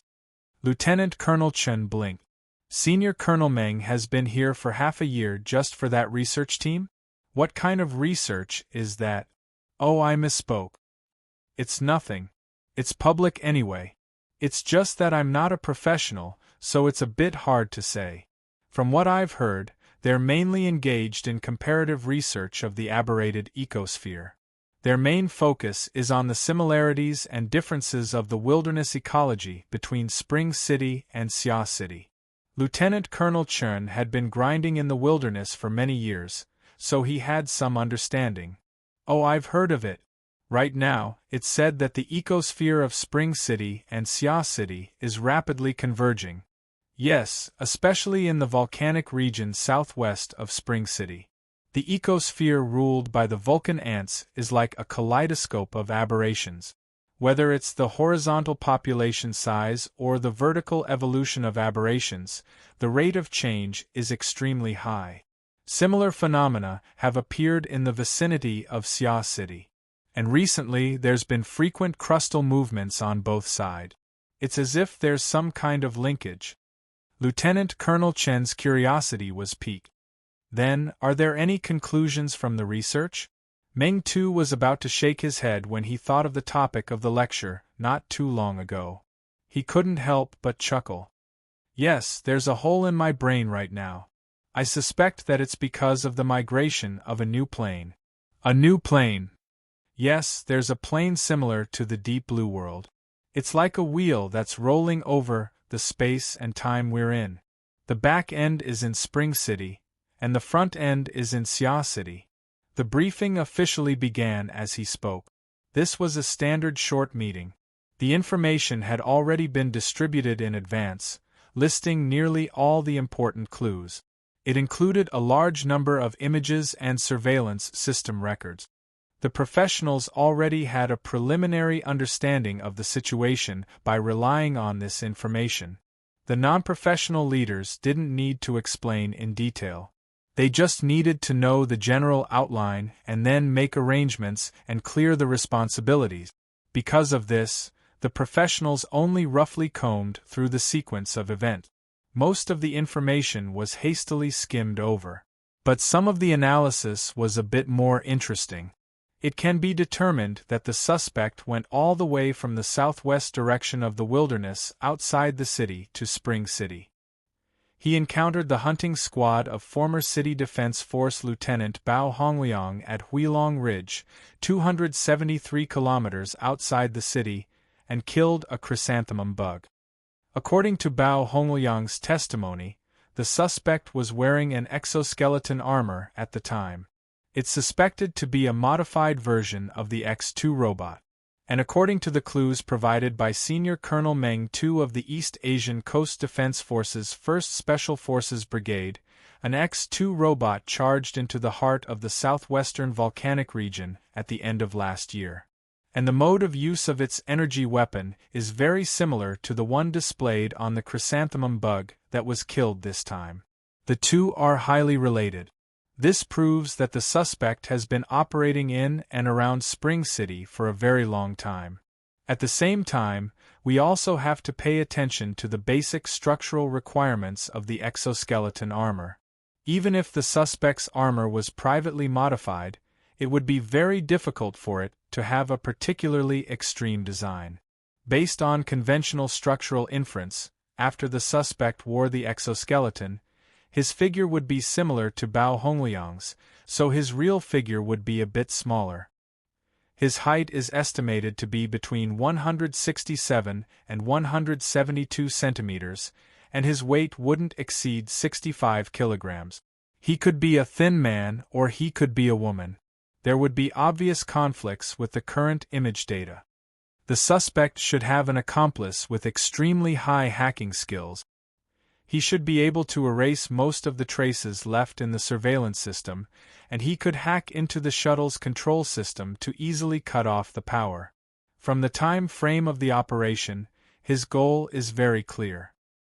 He is also very clear about the problems he will face in the process of robbing, and he has a clear solution. As he listened, Meng Tu couldn't help but laugh. "You guys are holding this meeting with bad intentions." Lieutenant Colonel Chen smiled and didn't say anything. Cho Wei, however, said in a hoarse voice, "Quantum Corporation can't get out of this no matter what." Lieutenant Colonel Chen grimaced when he heard these words. They really did hit the nail on the head. Practically at the same time the two burners made their comments, the direction of the meeting took a clear turn. It was just as the political official presiding over the meeting said, the robber's goal is very clear. He's going after Quantum Corporation. In other words, he robbed Quantum Corporation's goal. However, we really want to know what Quantum Corporation's goal is. The person in charge of Quantum Corporation in Spring City was a typical elite. He wore a well-ironed suit and sat in his seat without saying a word. The person in charge of the police force sat beside him. He was like a sniffer dog that had found a suspicious target, constantly sniffing around. Madame Rinchi is a high-ranking medical staff of the Mutant Research and Treatment Center. Today is the only time she's taken sick leave in the past 6 months to return to Spring City for surgery. How did your esteemed company know of this beforehand and arrange for a shuttle to send 2 B-class powerhouses to take over the uterine fibroids she had removed? Someone coldly said, "What an extraordinary interest." Low laughter could be heard in the conference room. The person in charge of Spring City of Quantum Corporation still had the face of an elite, but his face had unconsciously darkened. Then came the complaint of the director of the Mutant Research and Treatment Center. "We've already asked Rinchi. She has no dealings with Quantum Corporation. She doesn't have any dealings with the people that appeared inside and outside of her surgery room. She has no impression whatsoever. I must say, this is an extremely sensitive and impolite behavior." Following that, the questions from all over Spring City couldn't stop. "What's the nature of that uterine fibroid? Does your esteemed company already have a new path in the field of mutant research? We need more detailed background information." Meng Tu and the other two hadn't said a word since the start of the meeting. However, just by listening to these people's crazy bombardment, they already felt that it was very lively. At this time, even the cautious Lieutenant Colonel Chen let go. He sighed. That suspect is definitely trying to attract attention from all sides. Otherwise, there's no reason for there to be no video data on the route into the city, but it's all over Compassion Hospital. He's really going all out against the subsidiary companies. As an elite of the military's Team AB, Meng Tu expressed his delight at this scene. Quantum Corporation making a fool of themselves and exposing their actions is probably the person's biggest goal other than the uterine fibroid. Evidently, he's succeeded. Speaking up to this point, Meng Tu was also somewhat surprised. Spring City has quite a lot of opinions about Quantum Corporation. It's very rare to see such a situation where everyone is attacking them. After all, Quantum Corporation and the capital power behind it had enormous influence all over the world. No matter how much they tossed and turned, they would still have to give them some face. It wasn't like now, where they were practically spitting in the face and treating the person in charge as a suspect. The corner of Lieutenant Colonel Chen's mouth twitched. It's Quantum Corporation's fault for overreacting. Now, up there. He extended his hand and pointed upwards. I heard that Quantum Corporation directly deployed a private airship from outer space. It entered the atmosphere in half an hour and is now circling the airspace around Spring City. The mayor and our boss are all green in the face. Lieutenant Colonel Chen's boss was naturally the commander of Spring City's Border Defense Forces. Quantum Corporation's actions were equivalent to offending both the military and political bigwigs of Spring City's local system. It was no wonder that everyone was attacking them. Meng Tu was truly shocked. That uterine fibroid, could it be a sacred fetus? Before he finished speaking, he suddenly felt a slight difference in the light beside him. He subconsciously turned his head and looked through the window of the conference room. He saw that a part of Spring City's dazzling night scene had been suddenly hollowed out. Chapter 702. Under the dim light, Luo Nan gazed at the dark red flesh beneath the white gauze. Aside from his line of sight, there were also penetrating interference waves. He connected the external neuron to the virtual brain system's analytical capabilities to perform a comprehensive examination and analysis of the target he had obtained in the afternoon. For those who were completely ignorant, this was just a uterine fibroid that had just been removed from a patient's body. For Quantum Corporation and Chief Li Wei behind the scenes, this was a collection and storage system that had already collected a large amount of special components of mutants. For Luo Nan, who controlled the external neuron and the virtual brain system, it was a technological crystallization from an unknown civilization. Its official name was the Night-Level Basic Implanted Biochemical Furnace. Behind it was an enormous system as vast as the seas. This was knowledge that could be researched for a lifetime. But before he could research it, he needed to cut off the little tail left behind by Li Wei.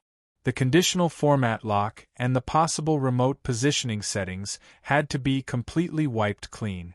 This was the only way to avoid drawing Li Wei's attention back to Xia City. Luo Nan formally opened up the virtual work area, ready to take notes at any time. He adjusted the position of the white gauze to make sure that it wouldn't cause any interference. These small actions carried a bit of a ceremonial nature, because what he was about to do was more or less a gamble. Luo Nan didn't know if the idea he had been mulling over for over 4 months could be considered foolproof. The airships hovering high in the sky were no laughing matter if something went wrong. Not to mention that Spring City had an extraordinary and 7 or 8 B-rank powerhouses. Even if they weren't all enemies, they were just for show. It would be enough to make him suffer. And it was precisely this situation that caused Luo Nan's heart to churn with excitement like lava. His rationality was still doing its best to display its effect. The excitatory and inhibitory neurotransmitters he secreted were like race cars on a crowded road. They fought to outdo each other, yet they formed a kind of dynamic equilibrium that wasn't chaotic in the slightest. Luo Nan was able to enjoy the pleasure brought by his hormones within this dynamic equilibrium, but he didn't fall into a dull and tasteless state of pure inhibition early on. It was an excellent state. He no longer hesitated. Lightning flashed in his brain, and his soul energy and the external neuron interfered with each other. Not only did they form interference waves, but they also made the wondrous creation that existed between the mind and the material extend out from the center of his brows. It turned into a living nerve that seemed to be a real thing, and it pierced straight through the dark red flesh tissue on the white gauze. Before the external neuron truly made contact, the flesh on the other side was already twitching under the interference wave that arrived in advance. Under the already uneven, dried blood clots and twisted blood vessels, there were even short tentacles extending out. They waved in the air for a while before their length increased. The extended external neuron accurately docked with one of the tentacles. From Luo Nan's point of view, this was quite a disgusting scene. However, in terms of actual effects, the external neuron that made physical contact with the target would undoubtedly increase the force it exerted on the flesh and blood tissues by 10 or even 100 times. In the virtual brain's interface, the progress of the biochemical reactor's analysis practically climbed to 100% in an instant. During this time, familiar system information such as, the culture room has been filled with XXX all-round stem cells. XXX type culture medium has been set. There were also warning windows that popped up one after another that said, the equipment is at 9% integrity. It no longer possesses the ability to self-destruct. There is a risk of biochemical contamination. They all looked very familiar. It was practically carved out of the same mold as the self-destructing reactor. In fact, Luonan really did suspect that these two reactor wreckage were used as collectors. They were the result of some sort of fission proliferation. This was just a guess for now. It wasn't a difficulty that he needed to overcome.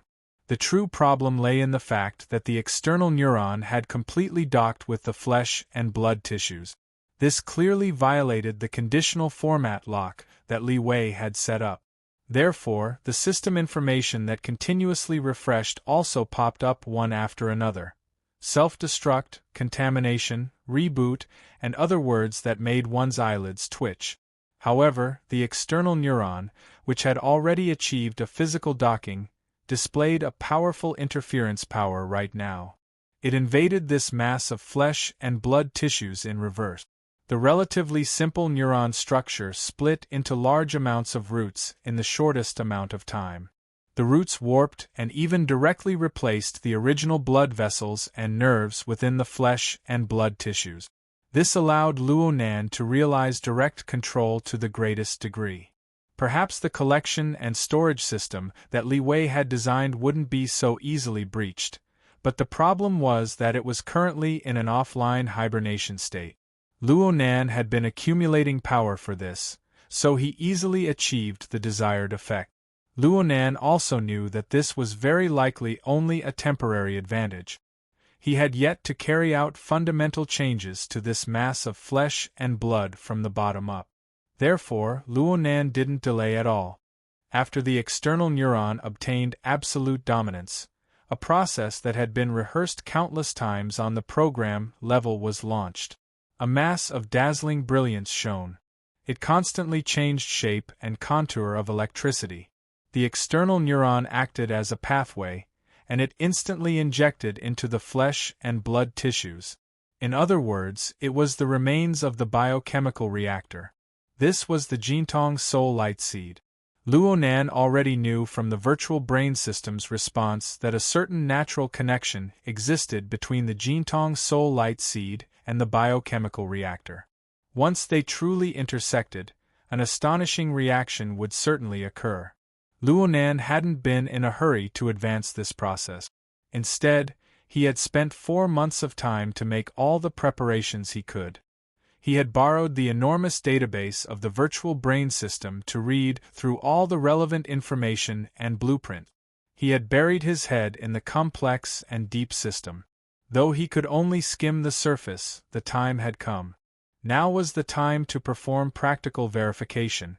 On the virtual brain's visual interface, the Jintong Soul Light Seed, located at the end of the Wraith Sign system, had already fallen off. It brought along its corresponding database and merged into the biochemical reactor's small planet. After merging, the analysis progress of the two was reset to 0 at the same time. Then it started all over again. The speed was very fast, breaking through 20% in the blink of an eye. The system information refreshed at this time, and it began to break free from those boring repetitions. Equipment integrity at 9%, XXX full functional stem cells are undergoing uncontrolled differentiation. The base material has been damaged. A new tinder has been detected. Inspecting the internal layout of the furnace. No corresponding layout method has been found. Searching for the preset layout structure of the system. The electromagnetic department's common layout method. Coincidence rate 97%. Adjustable. Then a warning pop-up window popped out.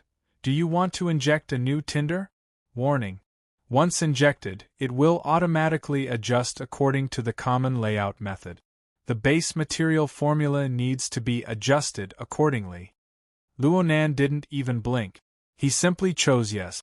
The flesh and blood tissue on the white gauze clearly swelled up at this moment.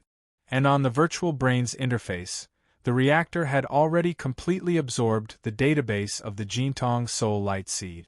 The corresponding interface had changed somewhat. From Luonan's perspective, the internal structure diagram that appeared right now was very much like a round drum furnace body.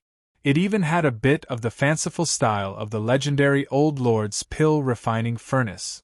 It was just that the complex dynamic distribution of the system of point masses inside was much more difficult than starting a fire to refine pills. The point masses endlessly changed their positions under the effects of internal and external forces. The point masses also changed the forces acting on each other. They formed the configuration module that Luonan had been researching all this time for nearly half a year. The accumulation of energy grew thicker and thicker. This was the so-called general layout method of the Department of Electromagnetism, the legendary Tinder. Luonan already had a general understanding of the related concepts after several months of study. He didn't stubbornly dig into the definition. Instead, he drew a few strokes on the virtual work area, forming a vague human silhouette. In that unknown civilization, people can construct a kind of framework that surpasses ordinary life forms. It is the fundamental configuration that runs through the structure of the human body and soul. The user manual calls it a furnace. Its function is to produce an unending stream of higher-level life materials. Some sort of extraordinary gene, golden cell. And on this basis, the mortal body is replaced, life is reformed, and life is realized all the way to transcend the level of life. This was the my heart like a furnace. Luonan drew a circle on the chest and abdomen of the vague human silhouette, representing the fundamental configuration of the furnace. Then he drew a small circle to the side, representing some sort of cheat code. The furnace was supposed to be the core construction of one's body and soul. It didn't rely on external objects for its own need. But in the end, that unknown civilization was able to realize the simulation of this special configuration to the point of mass production. This was the flesh and blood tissue before Luonan's eyes. It was the remains of a biochemical reactor. Compared to its own furnace, the original intention of the biochemical reactor was to act as an auxiliary and insurance for a second heart. It stored the host's golden cell and used external energy to rapidly carry out cell differentiation and tissue repair when the host suffered heavy damage, giving the host a second life. However, it was just like many inventions. The original intention and development of the product would always deviate more or less. What was originally an auxiliary might become a dominant one. But whether it was an auxiliary or a dominant one, the biochemical reactor's functions weren't born out of thin air. The Jintong Soul Light Seed filled it with the core logic of its construction. Luonan had already gathered the raw materials needed for the basic base material formula before he took action. Now it was just a problem of energy injection. It needed energy, especially since the furnace body had suffered damage as high as 91%. The remaining portion had even suffered contamination and modifications. In order to restore it to its complete form, it needed to use the base material to divide and multiply according to the blueprint. This set of processes required an enormous amount of energy. In the beginning, Luonan used the continuous transformation of the body and soul coupling interference power to charge the biochemical reactor. But this was a transformation of mass and energy. The interference on the mental plane made it different from the pure laws of physics.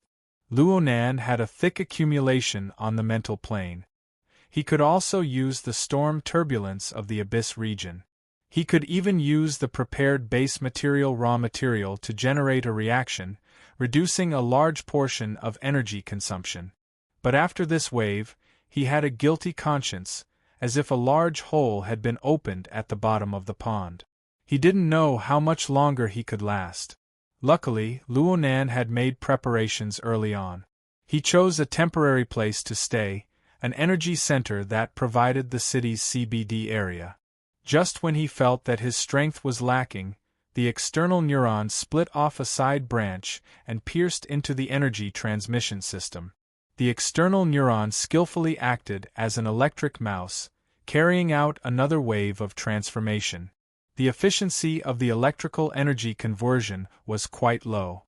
Fortunately, there was an endless stream of energy. Chapter 703. The Jintong Soul Light Seed was the tinder within the furnace. It was the core logic of the operation. From a purely theoretical perspective, Luonan could criticize this logic for not being strict enough. If he wanted to use it, he actually needed the system to correct it. But on the plane of reality, the soul light seed was still the projection of Jintong's life imprint. It was undoubtedly of the extraordinary level in terms of the level of energy manipulation. When it was started and operated, the electricity consumption of the electric mouse really couldn't be satisfied. Not to mention that there was the wreckage of the biochemical reactor behind it, crying piteously for food. Speaking of the biochemical reactor, there was a question. What kind of design could be placed within an object with a cross-section diameter of 3 centimeters? From the level of science and technology on Earth, a silicon anvil of the same volume could be divided into roughly 30 wafers. Each wafer could be arranged with hundreds of billions of field effect tubes, sealing them into a precision chip that was impossible to lack in modern society. With the chip as the core, it could handle an enormous flow of information that far exceeded the limits of the human brain by 1,000 times. It looked like it could do many things, right? But if the chip wasn't given any supporting hardware equipment, its effectiveness wouldn't even be as good as a stack of potato chips of the same size. Returning to the field of life science, such a volume was slightly larger than a human eyeball. Its pure volume was close to that of a thyroid gland, and it was a third the size of a gallbladder. Such an organ in the human body generally only had 1 or 2 main functions, and those functions needed to be displayed within the context of the human body's larger system. In the end, any equipment needed to display its function in order to see the system and environment it existed in. At best, there was a high or low degree of dependence.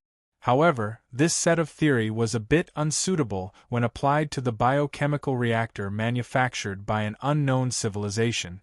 This marvelous creation was like a living flesh and blood. It had an astonishing technological foundation and design to realize a set of complex functions and output. From the information Luonan obtained from the Virtual Brain Systems database, a complete night-level basic implantation biochemical reactor was in itself a production line for the proliferation, modification, and processing of stem cells. It gathered the cultivation, differentiation, and modification of all-round stem cells in one body. It used a tinder as its operating core, and through the proliferation of stem cells as a base material, it could realize the repair, remodeling, and strengthening of over 95% of the body's organs. It could even temporarily realize stimulating biochemical modifications. In order to realize these functions, a total of 6 large and small functional divisions were integrated in an area the size of a human eyeball.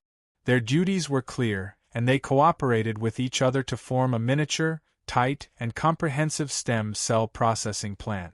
Without a doubt, this was a little thing that could drive all the biologists, chemists, and physicists on Earth crazy. Even in the unknown civilization presented by the virtual brain system, it was still a relatively advanced technology.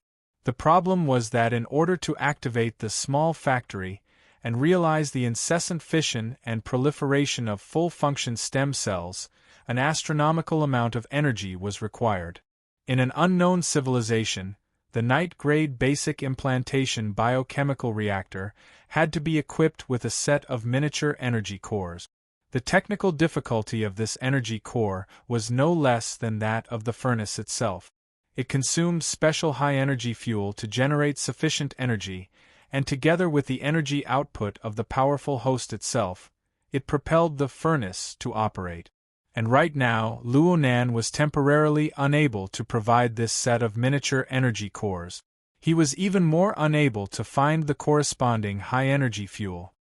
He could only use his own soul strength to interfere with the abyss region and the material plane. He could use the electrical system on Earth to ensure the corresponding energy support. Ignition was just an insignificant beginning. When the tinder burned fiercely in the furnace, the speed of energy consumption instantly crossed a dangerous limit. The power transmission line of the energy center simply collapsed. Fortunately, the external neuron was in the middle. This marvelous creation existed in the ambiguous zone between the mental and the material. It operated spontaneously according to some rule, using its special mode of existence to replace the power transmission line. It was directly erected between the small reactor and the biochemical reactor at the bottom of the energy center, connecting seamlessly. With this buffer, Luonan was able to see the tinder burning fiercely within the furnace. He saw the furnace rapidly expand the scale of its environmental effect. He also saw the raw materials he had thrown in, including the somatic cells he had collected from his own body, realized that initialization under this kind of environment induce and transform the cells into all-round stem cells. Then came the rapid fission and proliferation. The single cells, under the catalysis of the endless supply of energy and the unceasing influx of nutrients, quickly took the shape of a flesh and blood creation with initial effects. It first completed the self-renewal of the furnace body, replacing the already contaminated remains of the reactor. It used the fastest speed to add a new environment for the tinder. Afterwards, it followed the established design diagram, endlessly supplementing and perfecting the proper functional division, allowing this miniature factory to enter the fast lane of turnover. Correspondingly, the biochemical reactor plundered the electrical energy of the energy center in an even more direct and unbridled manner. The scorching electricity seemed to pierce through the air at this moment. It danced wildly and crisscrossed in the void, converging from many directions.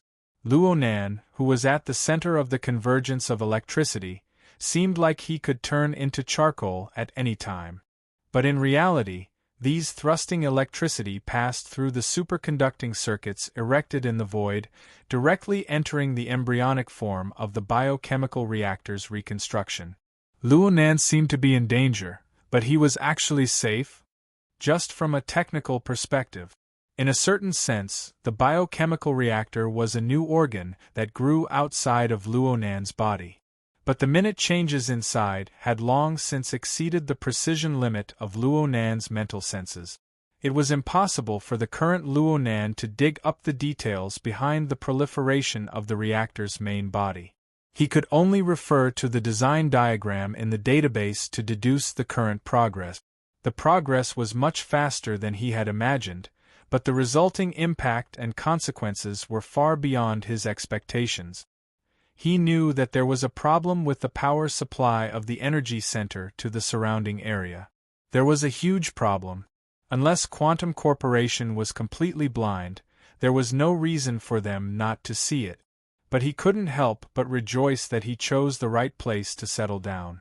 There were many shopping malls on this side of the central business district. There was no lack of nutrient substances and culture media.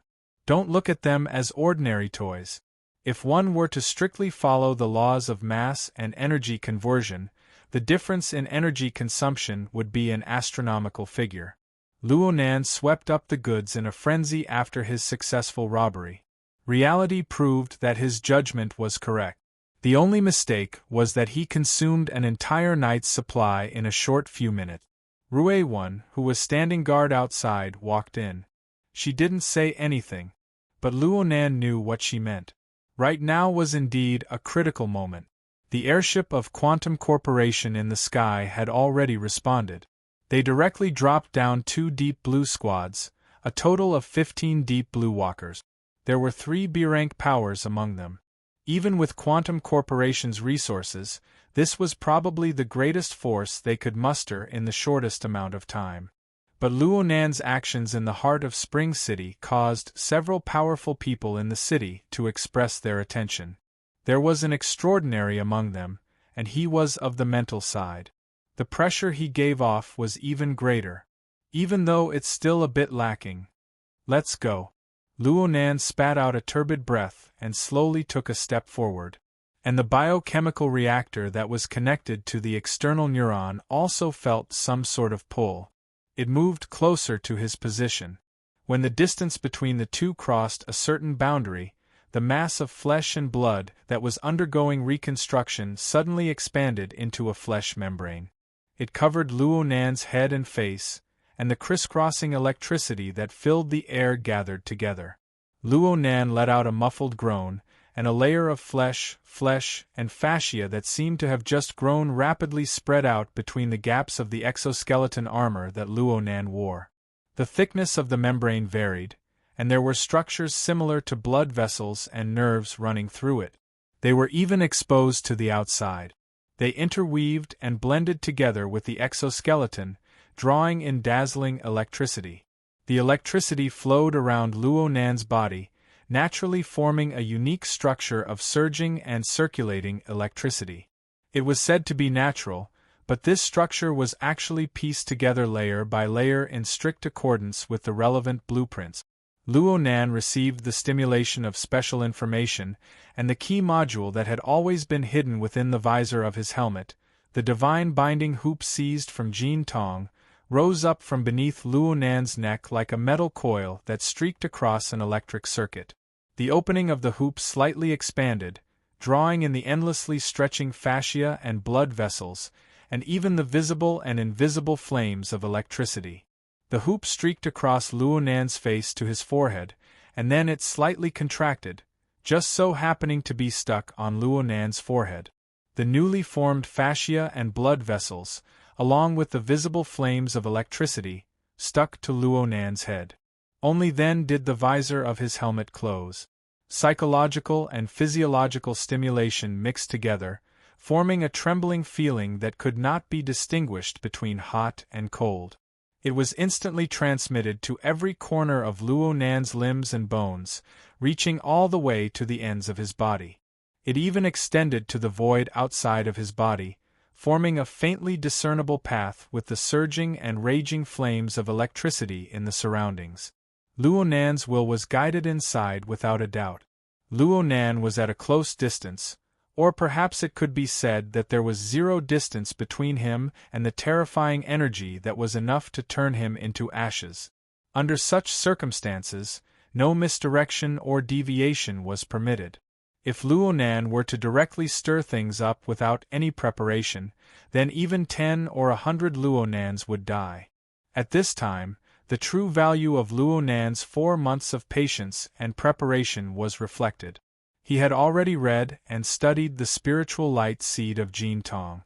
It could be said that he had learned the relevant knowledge of the general layout structure of the electromagnetism department. He had grasped the exquisite configuration that could be applied to a berserk electromagnetic environment. Well, Luo Nan's understanding and application of this configuration was at least 2 levels lower than the condensation ring. But at this very moment it was enough under these circumstances. Plus, he still had the divine binding hoop. The light restraint on Luo Nan's forehead gave him a clear texture.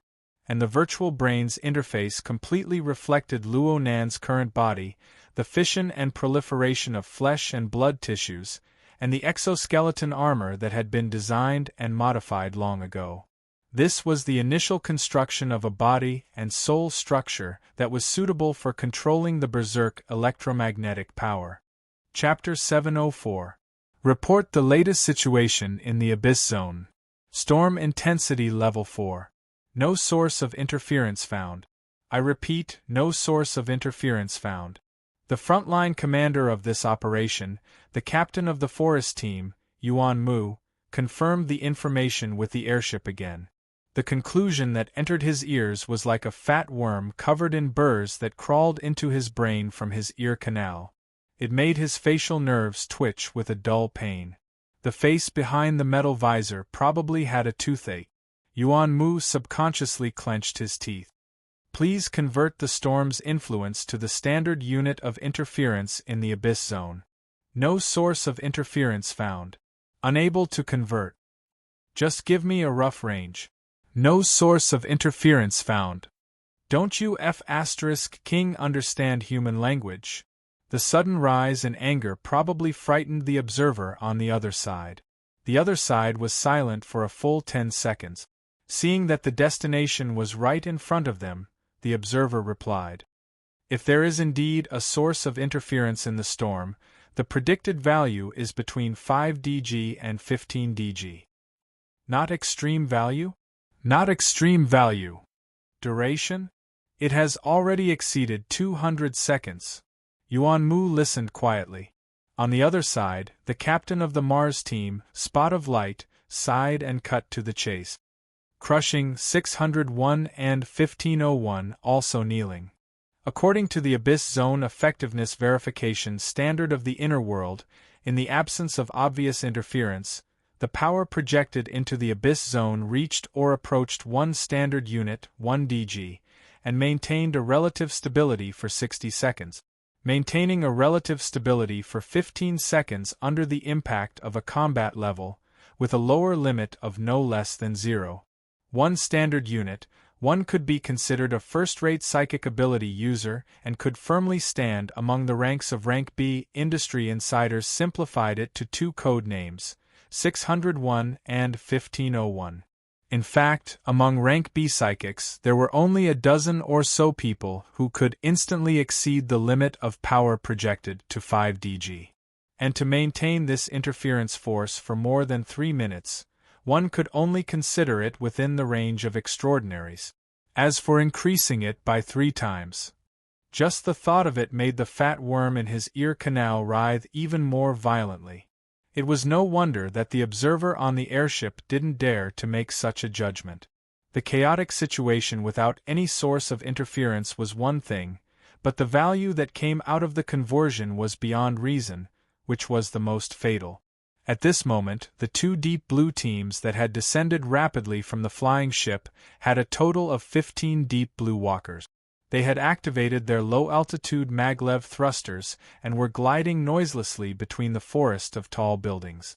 The central CBD area in the north of Spring City was shrouded in darkness. The hundreds of tall buildings were like pillars of smoke painted on the night sky, and the scattered lights that were embellished came from the electronic and lighting equipment of the citizens trapped in this area. In this area, there would be nearly 1 million people every night. With the sudden power outage, the citizens were inevitably in chaos, especially after the backup power supply had a problem.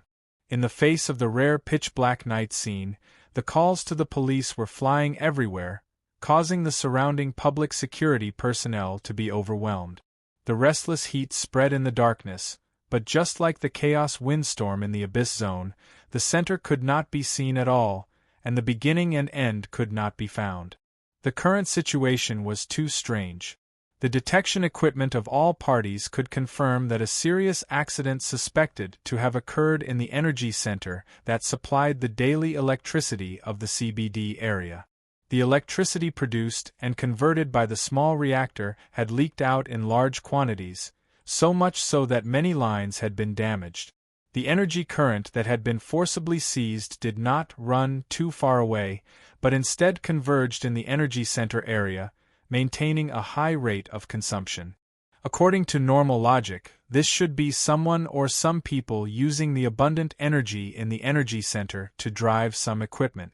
There were many possibilities if one were to consider it from the realm of extraordinary. But all of this became absurd with the huge amount of electricity that far exceeded the norm, and the use of ultra-high power. If the energy center was an extremely high overdraft card, then this card was about to be maxed out. The problem was that no one knew where the PLS machine was. The two teams of deep blue walkers could only listen to the judgment of the staff and head towards the designated probability area. In fact, it was a circle drawn with the energy center as the origin.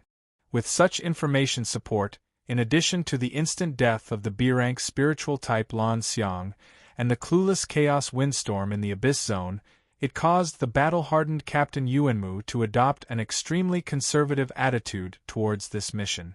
When the metal outer armor of his feet touched the outer wall of the energy center building, Yuanmu once again asked the airship command center, "Have there been any new discoveries from the Ability User Association?"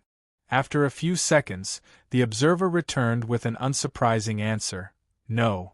"Then are we fighting with the ghosts of the Abyss Zone? Or the kind that can control thunder and lightning?" The light spot made a joke that was not funny at all. At the very least, few of the 15 members of the two squads, Forest and Fluorescence, plus the 100 or so staff members in the command center of the airship could laugh. At this moment, the two teams landed on the energy center building in succession. It seemed that the only good thing about this place was that it was an office area. At present, they had already gotten off work, and there were only a few people on duty. Moreover, they had already obeyed orders from above to evacuate in time. At least there would be a relatively spacious battlefield if they really encountered any troublesome ghosts, lightning-swallowing aberrations, and the like. Spot of Light was still letting his imagination run wild. "Maybe we found an aberration that likes to drink electricity. That bro just had a full meal. What I mean is, it's really hard to imagine that a strong person who just completed a perfect robbery would stay in Spring City until now, and even use this kind of method to lure us all here." Yuanmu calmly said, "Deep Blue has confirmed that the lost item is still in Spring City. What about the exact location? Also, do you want to confirm it again?" Yuanmu fell silent again. This was like facing the stormy weather of the Abyss Zone. He knew that there was definitely a problem, but he could not find the root cause no matter what. In fact, Spot of Light also knew that as operation members, they should not worry about these general issues. They were only weapons, not brains. Complaining and mocking was only to let the other team members understand the danger and severity of the situation. Next, the two captains began to discuss the specific operation plan. "Should we split up? How many numbers do you have in the Abyss Zone?" "I'm not a psychic. Other than Oak, there's no one here who's psychic." "Alright, about 0. 2. If everyone plays with domains, we can occasionally reach the 5 DG limit. It's about the same on my side. Oak may be psychic, but he's more defensive. His limit is about 1. 4, so, understood. We'll follow your lead." The two captains quickly reached a consensus. The greatest advantage of the Deep Blue Walkers system was that they could rely on the format of fire to build a format space and effectively display their collective strength. They could fuse the strength of several or even dozens of people into a furnace, until they could achieve a powerful power that was close to an extraordinary domain. In the current situation, gathering as much strength as possible was indeed the most reasonable choice. During the process of discussion, the two captains conveniently revised their route of advance. They still maintained a sharp and clear advancing speed, and at the same time, roughly understood the basic structure of the format space. The opponent can instantly kill a blue dragon from a distance. There's a 90% chance that he's psychic. Right now, our intelligence isn't good enough, so it's hard to have a preemptive strike. Therefore, before and after encountering the enemy, defense at the mental level is of utmost importance. Oak, the initial format link will center around you. Resist the first wave. Yes. A muffled voice rang out. It was a short word, but it gave off a rather slow and sluggish feeling. This was Oak, a large man that was 2 meters tall. After wearing the special exoskeleton armor, his height neared 7 meters. He was like a crane in a flock of chickens. Compared to the other Deep Blue Walkers, he seemed more like a cumbersome machine. But aside from the two captains, he was another B-rank powerhouse. Moreover, he was an extremely rare burner that leaned towards the psychic side. The format domain of the 15 deep blue walkers was completed as they advanced. Under the resonance of the archetype format, the format of fire of the 15 people seemed to fuse into one. Every participant was a fulcrum that opened up a bizarre space that spanned across the material and mental planes. Oak was the core pillar within this space, just as Yuan Mu had arranged it. But the others weren't simply energy providers. They maintained a clear and meticulous division of responsibilities. Although they were scattered and running, it was more like they were steering an invisible mothership. Through organic cooperation, the 15 people were integrated together. Speckled encouraged everyone, "Let's go." Format Space 7.0. On the deep blue platform, the official name of this domain was still the format space. Now that it was in its 7th major version, the performance of each version would have a clear increase. In this latest version, the changes had only lasted for a little over 2 months. Only the 2 top teams, Forest and Mars, had completed their upgrades and the corresponding training and adaptation work. This was a completely different experience from the previous version. "Thank you, Professor Luo." The more nervous he was, the more Speckled talked, forming a sharp contrast with Yuan Mu on the other side. This was probably the biggest obstacle for the 2 teams to break in. 2 minutes later, the deep blue walkers had already passed through the surface of the Energy Center building and entered the core work area where the small reactor was installed. In the meantime, Yuan Mu and the Airship Command Center had conducted a few exchanges, but to no avail. "We're like an expedition team thrown into a tomb," Speckled mumbled as he used the night vision goggles to observe the surrounding environment. He quickly discovered another problem. "Isn't this place too dark?" "It's too dark," Yuan Mu said at almost the same time. The other members also gave feedback on this problem. No matter how the night vision goggles adjusted their mode and parameters, it was very difficult to clearly image the surrounding environment. Chapter 705. A few seconds later, the command center contacted Yuan Mu and said that there was a problem in the area the operation team was in. The observer lady said, "According to the blueprints, the nearby walls are made of special materials such as electromagnetic shielding cement, which limits the electromagnetic activity in the relevant area.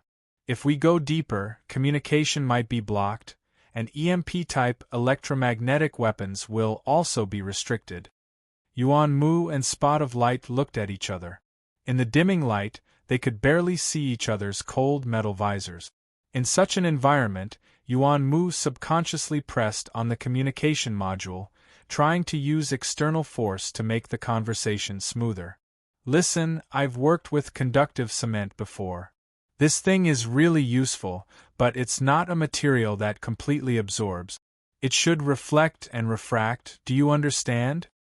The problem now is that we can't see anything, even if we use night vision equipment. Including your conclusion, visible light, infrared, and perhaps a wider range of electromagnetic waves are all lacking in our area. Otherwise, this wouldn't have happened.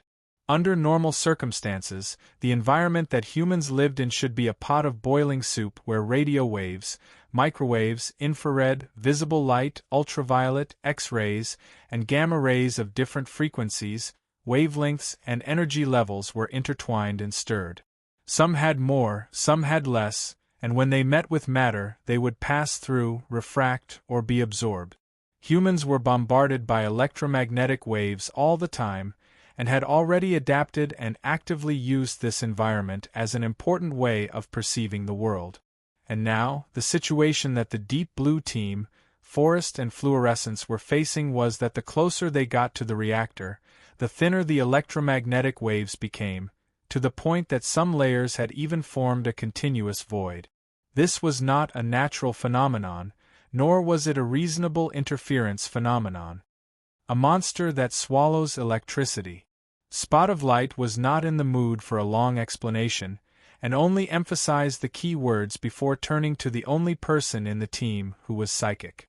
Oak, give an answer, even a guess is fine.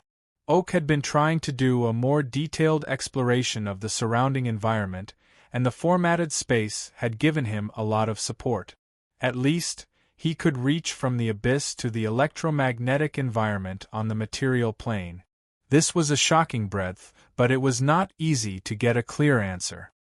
He was silent for more than 10 seconds, and then suddenly went against the tactical order, and turned on the headlamp on his helmet. The blinding light tore through the darkness and headed straight for the end of the tunnel. Fortunately, the sensitivity of the instrument was extremely high, and the parameters were automatically adjusted, so the tragedy of a group of people suddenly became real blind was avoided. Oak.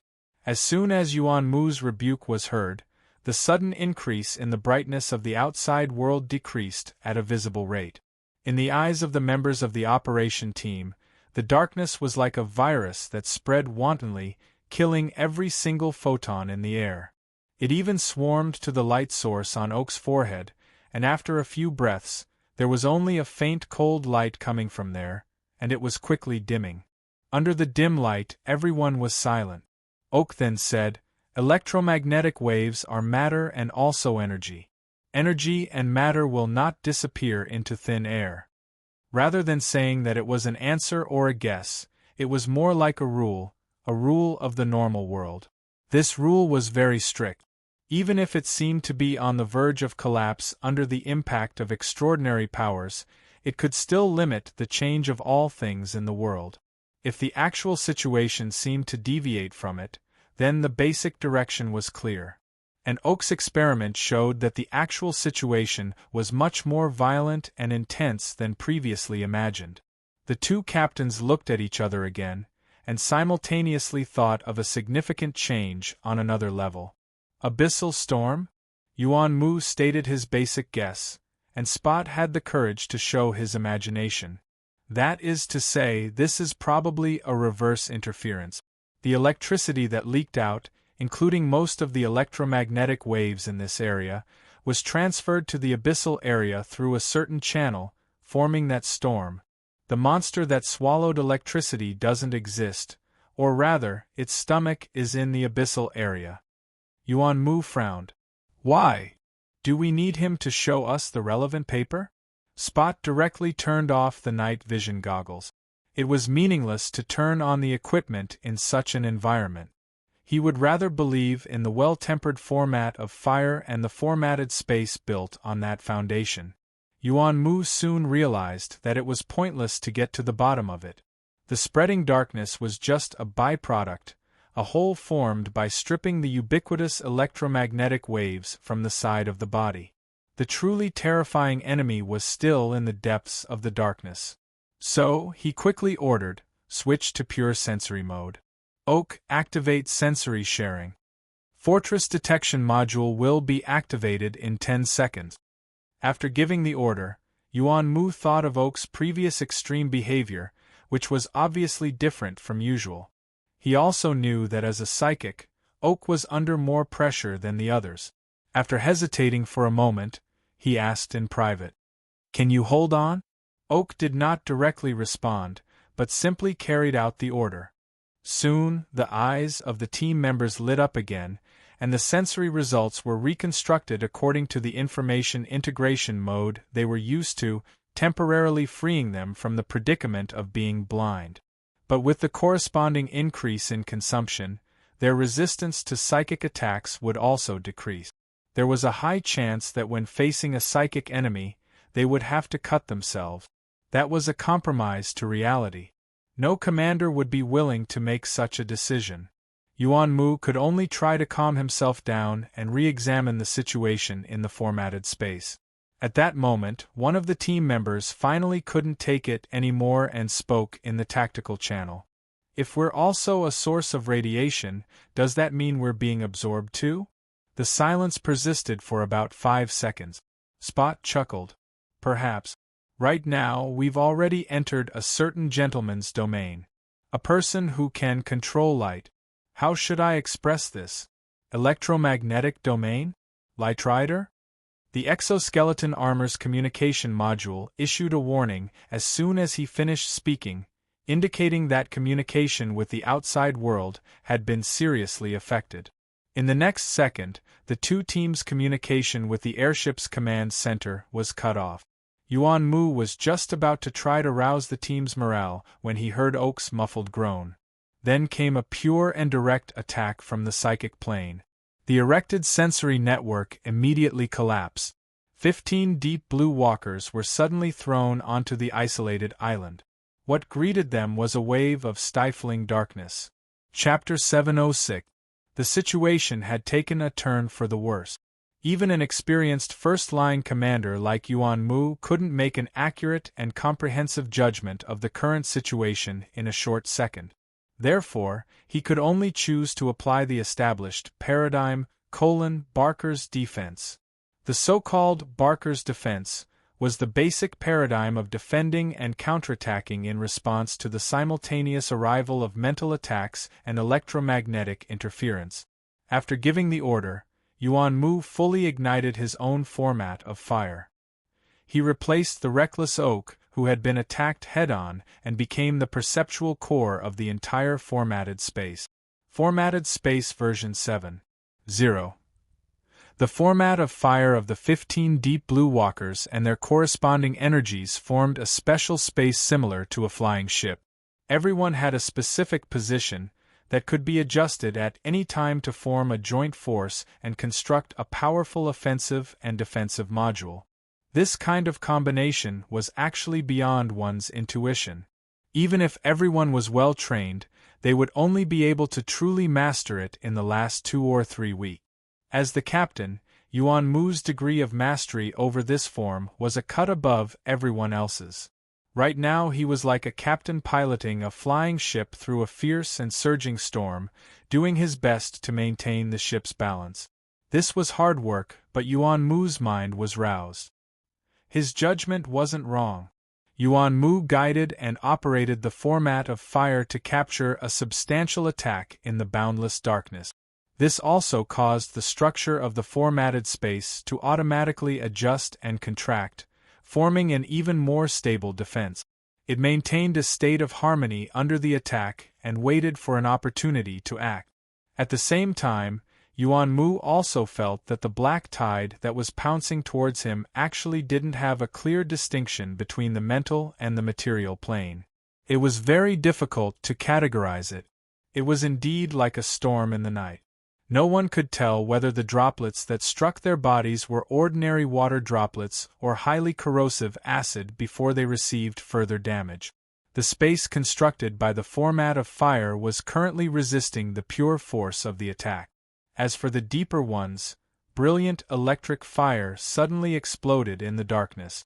The twisted and forked rays of light were like stiff demonic claws, rolling up the surrounding shadows on the walls and slashing over. The scene was sinister and terrifying, but Yuan Mu's mind suddenly relaxed. His judgment was correct again. The Barker's defense already utilized the exoskeleton armor in conjunction with the format of fire structure that was preset within the dynamo core to form an equipotential shield on the surface of every person's body. In principle, it could shield most high-voltage electric fields and electromagnetic wave damage for a short period of time. Before he could finish his thought, a cool electronic wind brushed past his face, and his pores relaxed. But what followed was a chill that seeped into his flesh and bones, as well as a restless impact that was buried deep within. Not good.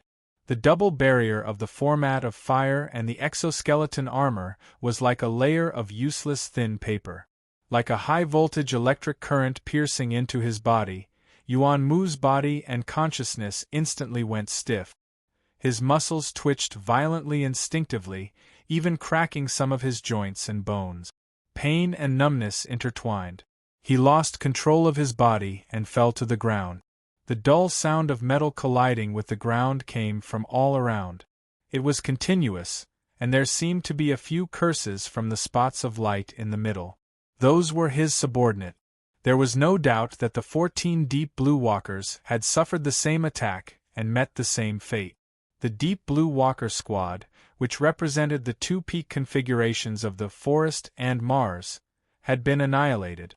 There was a moment when Yuan Mu's breathing stopped. His heart felt like it was going to burst out of his chest. He thought he was going to die. But in the end, there was no fatal impact. The Grim Reaper's fingertip brushed past his heart and then nimbly avoided it. Only the electric shock and burn marks were left on his body. Did everyone suffer the same result? Or was he the only survivor? Yuan Mu had already lost most of his perceptual abilities. The only thing lingering in his mind was the noise after the electric current had struck. At long last, the firm willpower he had tempered over the years allowed his thoughts to coalesce once more. It also allowed that ever-expanding question to fill his brain: why didn't the Barker-style defense work?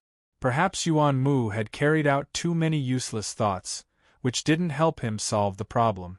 Instead, it allowed his central nervous system to recover some of its sensitivity. The ground was shaking. It was the rhythmic tapping of metal against the ground.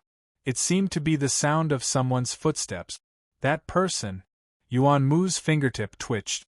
This was already the most difficult move he could perform in a short amount of time. Only his thoughts were still working. It was very close to what the intelligence had indicated. A spiritual-type expert wearing an exoskeleton armor. The rhythmic footsteps brushed past him. They gradually approached, stuck close, and gradually moved further away. It was a natural step, but it brought about an irrepressible trembling feeling. The footsteps suddenly stopped. That person should be standing in the middle of the dozen or so deep blue walkers that had fallen and stiffened. Perhaps he was admiring his own masterpiece. Perhaps he was considering how to deal with the next step. Yuan Mu vaguely felt a sinister and ice-cold power. It was like the previously harmless electronic wind that had cut into him. Only this time there was no follow-up attack. The silence grew increasingly sharp. Yes, that person was observing. It was as if he could directly observe the activity of their brains. He could see through their trembling and fear. At least in Yuan Mu's case, he felt as if his own skull had been flipped open. Every layer of cortex, every nerve, the bioelectricity transmitted, and even the information they carried were all exposed to the other party's open and above-board observation. This was a maddening thought. It was also a challenge to the limits of his willpower. If possible, Yuan Mu would certainly explode with the format of fire and incinerate everything around him. However, he was already powerless to do anything. The difference between the levels of the two was too great. At this very moment, Yuan Mu's mind had already placed this enemy on the level of an extraordinary. Moreover, it was a natural enemy that had an extremely strong restraining effect on the deep blue walkers. Wait. Yuan Mu suddenly understood. No wonder the Barker-style defense was useless. For a natural enemy, the electromagnetic field was just a carrier of extraordinary power. The opposite was also true. The electromagnetic field, the mental side. These two key pieces of information were combined together. They were sufficiently mixed and interfered with each other. This was undoubtedly the nightmare of Earth's current technological side. The core of the deep blue walkers was admittedly the burner, but the platform they used to display their abilities was a technological side product. Under the control of the electromagnetic field, the deep blue walkers were simply like toys that could be tossed about. Natural enemy. The corner of Yuan Mu's mouth twitched. A feeling of exhaustion surged up, transforming into a tide of darkness. It drowned his entire body, halting his nearly despairing train of thought. Oh my, it's finally over. Luo Nan let out a long breath as he walked along the pitch-black corridor. Due to these slight vibrations, the layer of skin and tendons that adhered to his body suddenly turned into flying ash. There were even specks of sparks falling in between. The high-voltage electric current that passed through here captured the closest good conductor. It looked as if it was about to backfire. The soul-binding hoop hummed and trembled, effectively restraining the operation of the electromagnetic field. It diverted the powerful electric current that could injure Luo Nan into the void. The electric current collided with the storm in the abyss and dissipated into nothingness. Good stuff. Luonan still didn't know where Jin Tong obtained this piece of equipment. But as far as the virtual brain system was concerned, the soul-binding hoop was indeed one of the most suitable equipment for ability users of the mental side. It was especially effective in the aspect of electromagnetic and supernatural powers. Jin Tong's being able to obtain this piece of equipment was indeed a great fortune. But he had actually become a fleshly body. Luonan really didn't understand what sort of twists and turns were going on inside. Unfortunately, ordinary base materials were simply unable to withstand the pressure of an extraordinary. The biochemical reactor was a product that consumed a lot of energy. He was able to display it to his heart's content for a few dozen seconds at best before it turned into flying ash and smoke. Luonan finally understood why Chief Li Wei would spend so much time and effort to gather the raw materials required for the advanced formula. This restriction, as well as the bright prospects that could be touched upon, made Luonan a bit excited, let alone Li Wei. It could be imagined that if the advanced formula was used in the biochemical reactor to burn and forge materials with a bearing capacity of 3 to 5 times that of ordinary base materials, the success rate of the hunting operation in the cloud world would increase to over 60% at the very least. But looking at it from a realistic point of view, this didn't seem to be any easier than hunting Gong Qi himself. Luonan let out a breath and took off the exoskeleton armor, which was already a bit deformed. This toy was basically unusable, but it couldn't be carelessly thrown away. Otherwise, it might reveal some clues. Fortunately, it was a lightweight piece of equipment. A slightly larger suitcase was enough to hold it.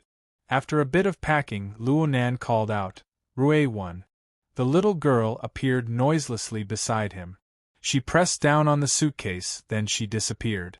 She should be at the forward operating base 500 kilometers away when she reappeared. There's no need to be anxious. Luonan seized the time to remind her. Rui-1 certainly consumed energy to travel through space.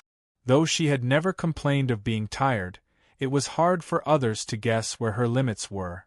Luonan wasn't willing to challenge this, so he gave Rui-1 ample time to adjust.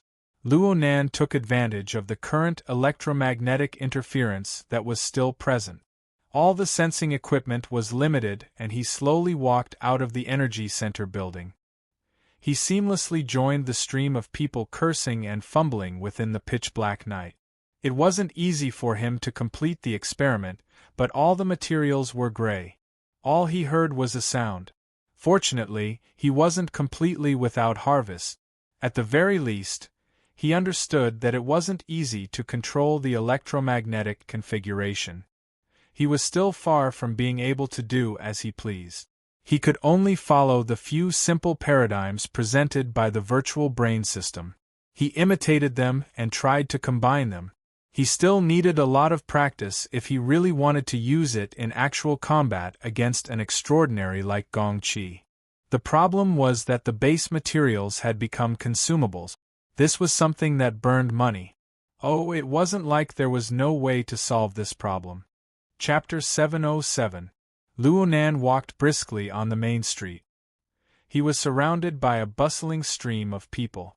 Everyone walked hurriedly. The lights on their wristbands and various electronic devices lit up. They flew and rotated in the surroundings along with their body movement. It was as if Luonan's consciousness was cruising within the storm of the Abyss region. The storm of the Abyss region had yet to subside. The powerful electromagnetic field that was introduced through the electromagnetic configuration had undergone a partial mutation.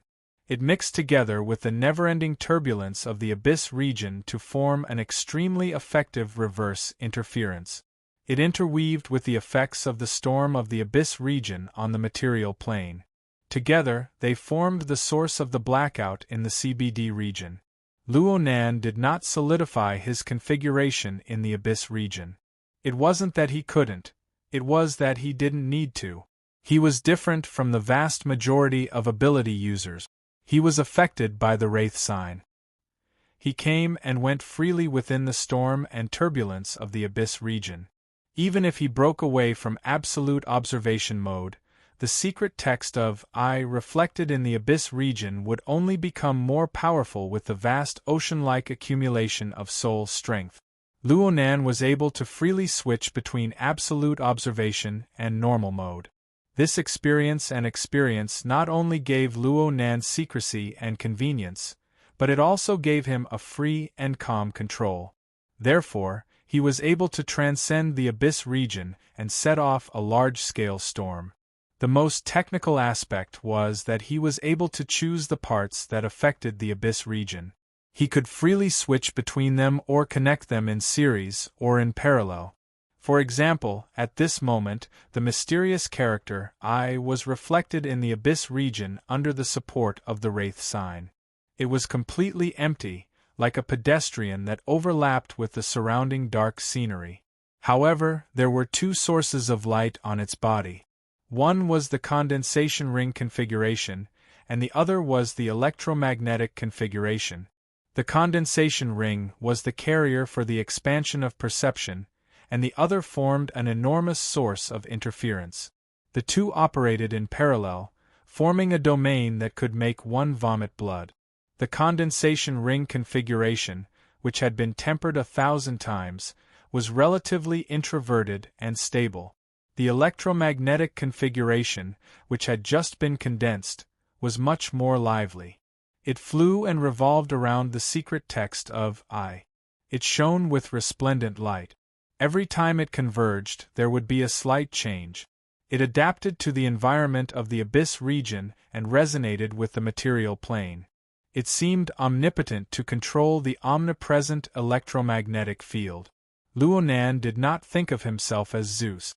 He did not forget that he was just a middle school student who solved problems according to established paradigms. Therefore, he was generally quite calm. On the other hand, the electromagnetic configuration did not break away from the scope of formatting theory. It could still be controlled and explained by the self-format.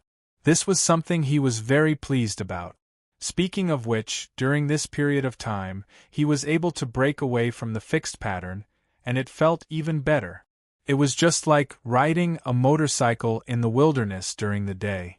Now that he was walking on the crowded streets of the city, there was also a sense of freedom and pleasure, especially when there was a layer of darkness that he had personally created around him. This feeling was different from when he was in the wilderness. Over there, he could do anything he wanted. But here, he had to do something no matter what. There were people passing by him at all times. If Luonan wanted to, he could make these people dance according to his will. There was practically no difficulty at all. That should be quite interesting, but also quite scary. Luonan was amused by his own thoughts. He clapped his hands and naturally received the cutting gazes of the surrounding people. Everyone, you don't have to thank me. I'm just a young man with a high moral standard. Luonan chuckled again. In any case, no one here recognized him. He wouldn't have the omnipresent location of the psychic wave network, and he wouldn't have to walk on the streets with the security arrangements of open and hidden sentries. Brother Ikuan, I love you, but you should just die from your position as a bodyguard. Live on as a sparring partner. Luonan's footsteps grew more and more agile. He hummed the guitar song that Rue when often practiced. He walked a long distance before he began to count down. 3, 2, 1. The electric current passed through millions of wires. The constrained electric and magnetic fields flipped back and forth, driving countless motors and gears. They also radiated a chaotic mess of high and low frequency bands. The light here was like the continuous notes played by a pianist's fingers. They appeared in a clear rhythm, and then they ended with a glorious chorus of accents. The buzzing of electrical appliances filled every building and every street. The background noise became clamorous, but this was the breathing sound of life in today's city. The tens of thousands of people on the streets let out sighs of relief. There were even louder cheers. Of course, there were also curses in between. But no matter what, the electricity had come. Luonan stretched his body under this piece of light. I'm done. Pack up. The transition between darkness and light brought about a new wave of chaos. Luonan threaded his way through the stream of people going back and forth. He soon turned a corner and headed down from this shopping mall to where he had placed his off-road motorcycle. It wasn't even 11 o'clock at night. He would take advantage of the night to walk another 500 kilometers of mountain roads and return to the forward operating base. If the airdrop went smoothly and the deviation was small, he would be able to make it in time for tomorrow's breakfast. Aside from nutritious soup, he would also be able to have Cat Eyes bring a portion of tofu pudding. Perfect! Luonan turned into the elevator lobby of the shopping mall. It was already quite late, and with the addition of the power outage, the flow of people at the scene of the shopping mall was quite low. Everyone didn't have the mood to continue strolling, let alone those unlucky bastards who had been trapped on the higher floors. Most people were like Luonan.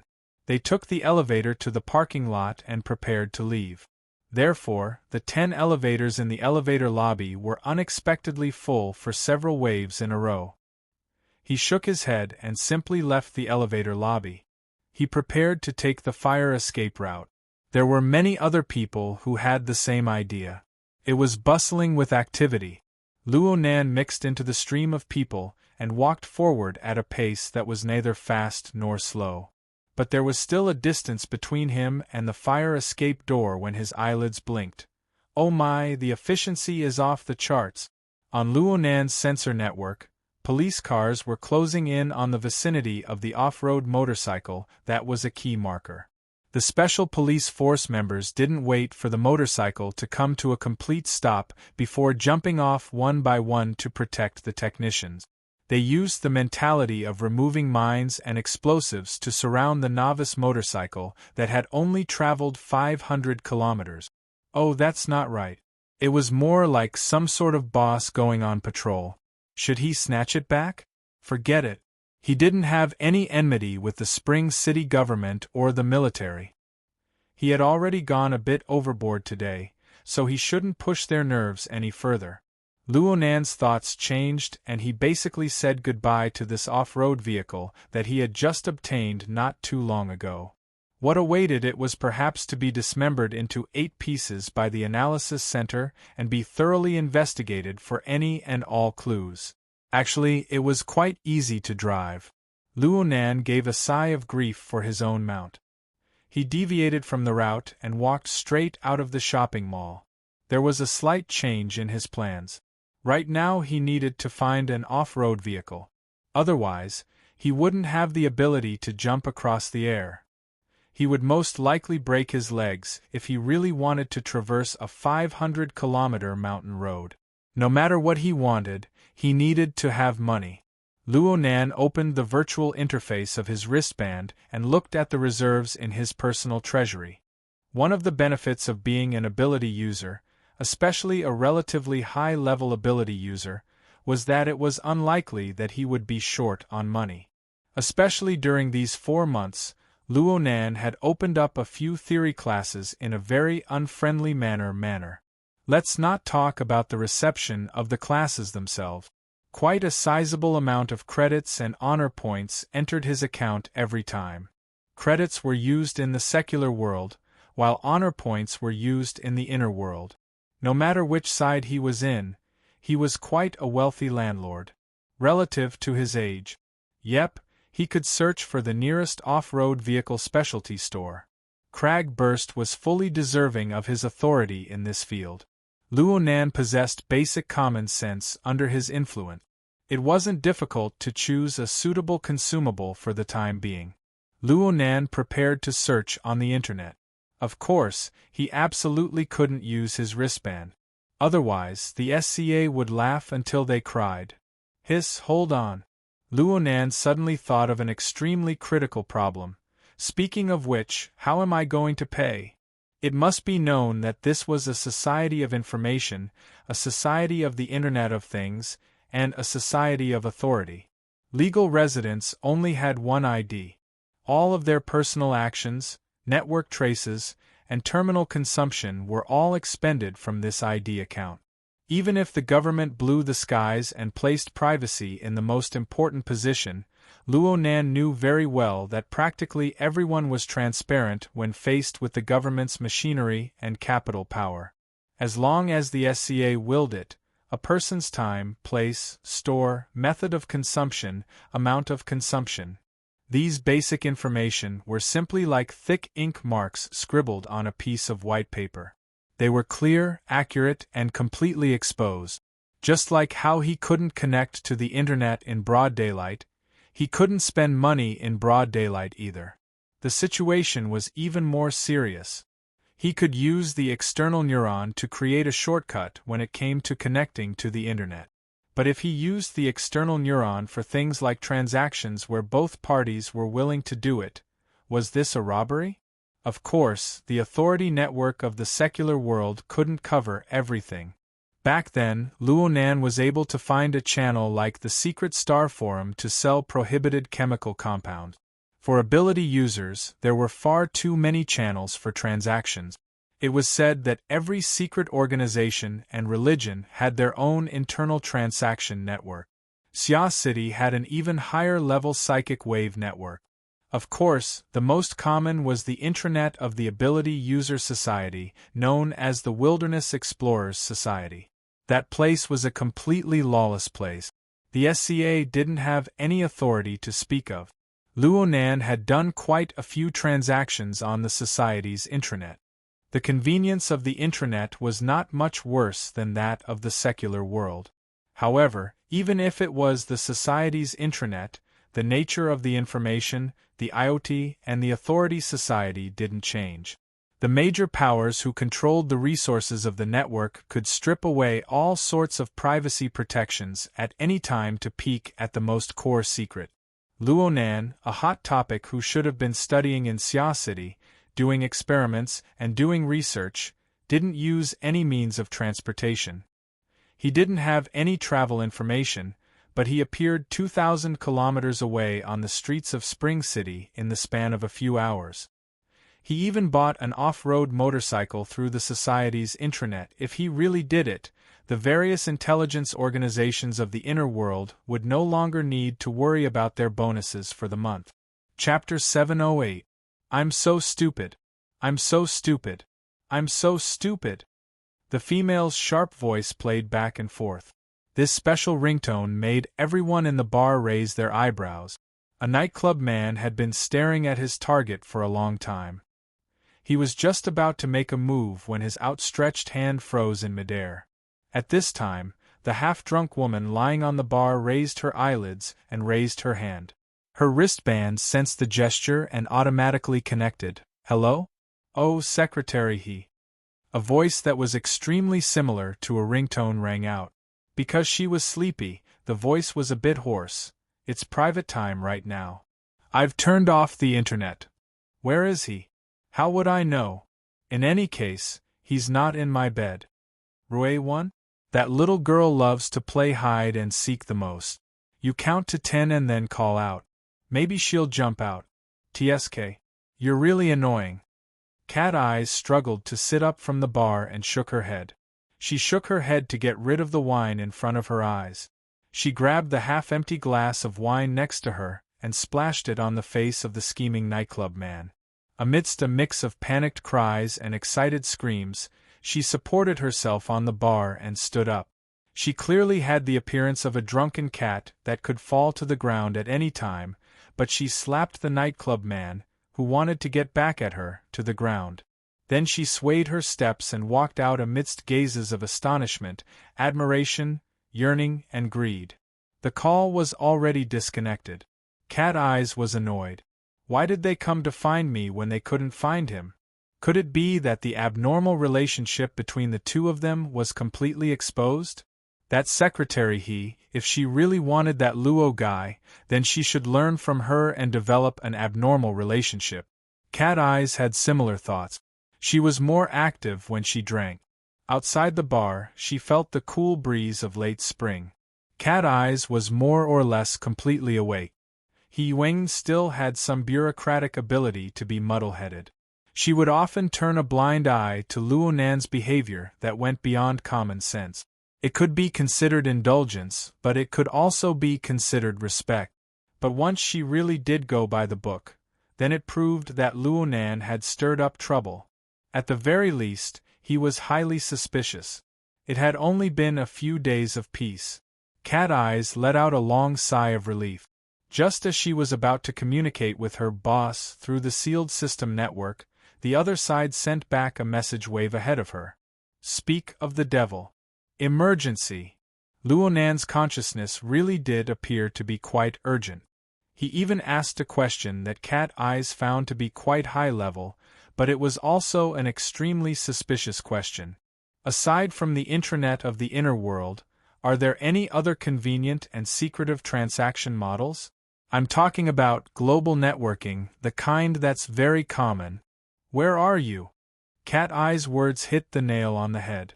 She also revealed the latest news in a rather exaggerated manner. In order to find you, Secretary, he almost plowed through Xia City. The person on the other end was silent for 2 seconds before replying, Spring City. Cat Eyes' already bright pupils dilated a little. She was truly interested. She simply sat on the curb of the road. Her long legs, which seemed to glow like a man's, were spread open. Even though she was covered by shorts, she still wantonly attracted the attention of the opposite sex and even the same sex around her. Tell me in detail. If you don't explain the situation, how am I supposed to know what you're up to? What's there to hesitate about? I won't laugh at you. A minute later, this bold and gloomy girl burst into laughter as if no one was around.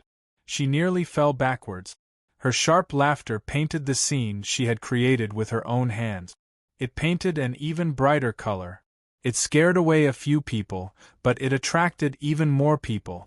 Cat Eyes turned a blind eye to this. She just laughed at the boss who dominated her life to her heart's content. Oh my God! Why do you have to be so stubborn as to crash into a specialty store? There are so many on the streets. Fine. There are a few professional off-road cars, but aren't your eyes and ears the most well-informed? It's just a trifling Spring City.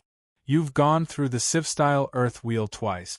Are you afraid that you won't be able to find a suitable car? The person on the other end was silent for a moment. Finally, a shout was heard. Isn't that just stealing? How can I do that kind of thing? This shout was not so much a rejection of morality. It was better to say that it was a shameful anger that came from a brain turning a corner. Cat Eyes grinned. Wait a minute. Let me look at the news. TSK. Spring City's central business district. Over 20 minutes of power outage. This kind of loss should be in the tens of millions. You've just burned someone's tens of millions, and now you're even arguing about a car.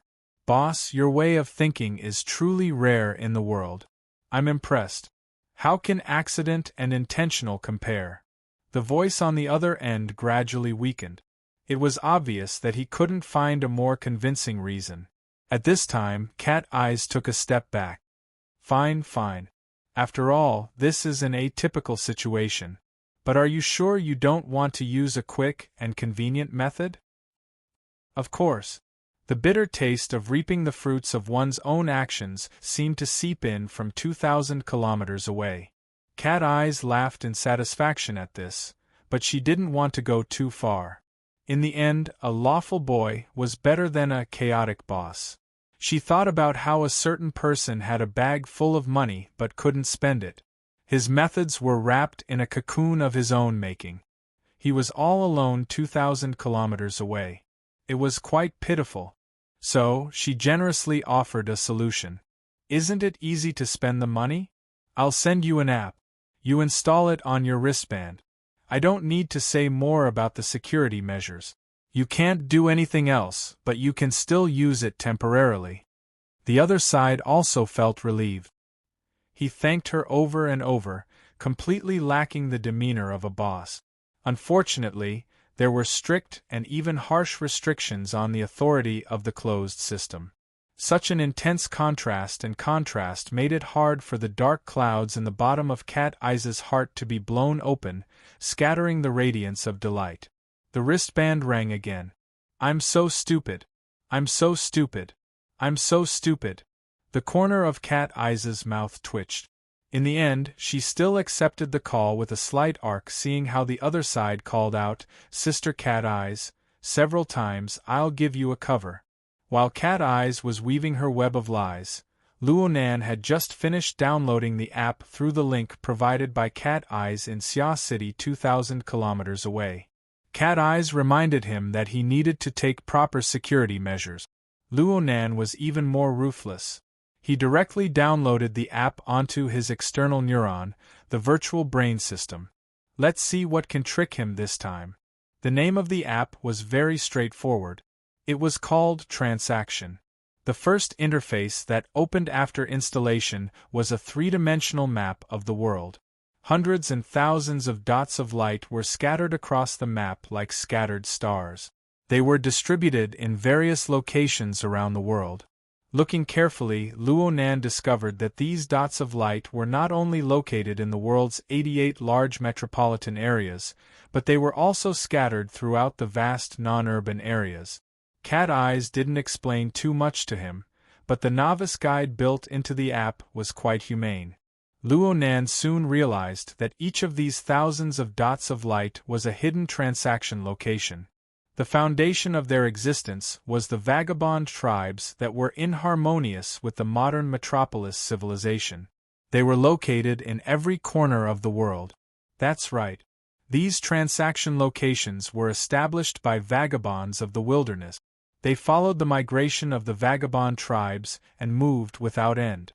The transaction locations represented by each dot of light weren't necessarily accurate. They were constantly changing. They were reflected on the app, and they weren't refreshed in real time. However, with the implementation of the Vagabond Act in recent years, large amounts of vagabonds returned to the cities. Many of the tribe's transaction locations entered the cities as well. Their existence was reasonable. Their existence was demand. These flea markets, that were completely separated from the social network of authority, had their own value to vagabonds, to ability users, and to certain people who sought convenience. They were able to survive within the cracks of policy and human relations. They had a far more stable environment than the wilderness. The app showed that there were 2 vagabond transaction locations in Spring City alone. There was a brief description of the goods and information. Online shopping didn't exist here. Only face-to-face transactions were possible. Due to the special nature of the transaction locations, the barter model was a bit more popular. If one wanted to use credits or honor points, one would have to pay a rather heart-wrenching commission fee. Luonan first confirmed the goods and then looked at the distance. He finally chose the U-Hole market that was about 40 kilometers away from the CBD. Yep, this was the closest one. He still needed to check the bus routes. Wait a minute. If he didn't want to leave behind any traces and maintain his moral standards, then this method wouldn't do. Hiss! Luonan raised his head to look at the night sky that was once again obscured by light pollution. He suddenly felt that it would be quite good to burn off a few tens of millions. Luonan had recently been learning stealth and rapid movement techniques from Red Fox. He hadn't given up on the cultivation of the 9 orifices, 6 roots technique. His physical fitness was still steadily increasing. However, running a marathon that was twice as fast as the world record was still tiring. And this was the plateau. It was already midnight in Spring City when Luonan entered the recycling stratum of Spring City while panting slightly according to the route indicated by the app. The sound of his panting was exceptionally clear in the silent and dark alleys of the building. It attracted the gazes of many people in the shadows. It was said that the 88 large metropolitan circles were all the work of copy and paste. Then the copy wasn't just the bright side. There were also the shadowy areas of the recycling stratum that the sunlight couldn't reach. Compared to the bustling business district, the recycling stratum of any city couldn't be put on the table, even though they were only a fine line away from bustling. This evoked a few hazy memories in Luonan's mind. He had come to a similar place when he was in Xia City. Back then, he was still a crow. Cough. Actually, his soul was attached to Ink's body. He and Cragburst had turned that area upside down. It was also there that he had rescued Rue-1. Speaking of which, gangsters seemed to really like the Beast faction's off-road vehicles. If someone were to jump out and yell, "Robbery," wouldn't he be able to immediately kill them? No, snatch them back? This didn't violate basic morality. And it was much more convenient than going to some market or exchange. Luonan really did have a bit of expectation when his thoughts reached this point. But Luonan was soon disappointed. The sensor network in front of him fully displayed the surrounding geographical environment of the U-Hole market. It was different from the remains of the highway in Xia City that connected the inner and outer parts of the city. What ran through most of the lower stratum was an underground river that gradually meandered into the ground.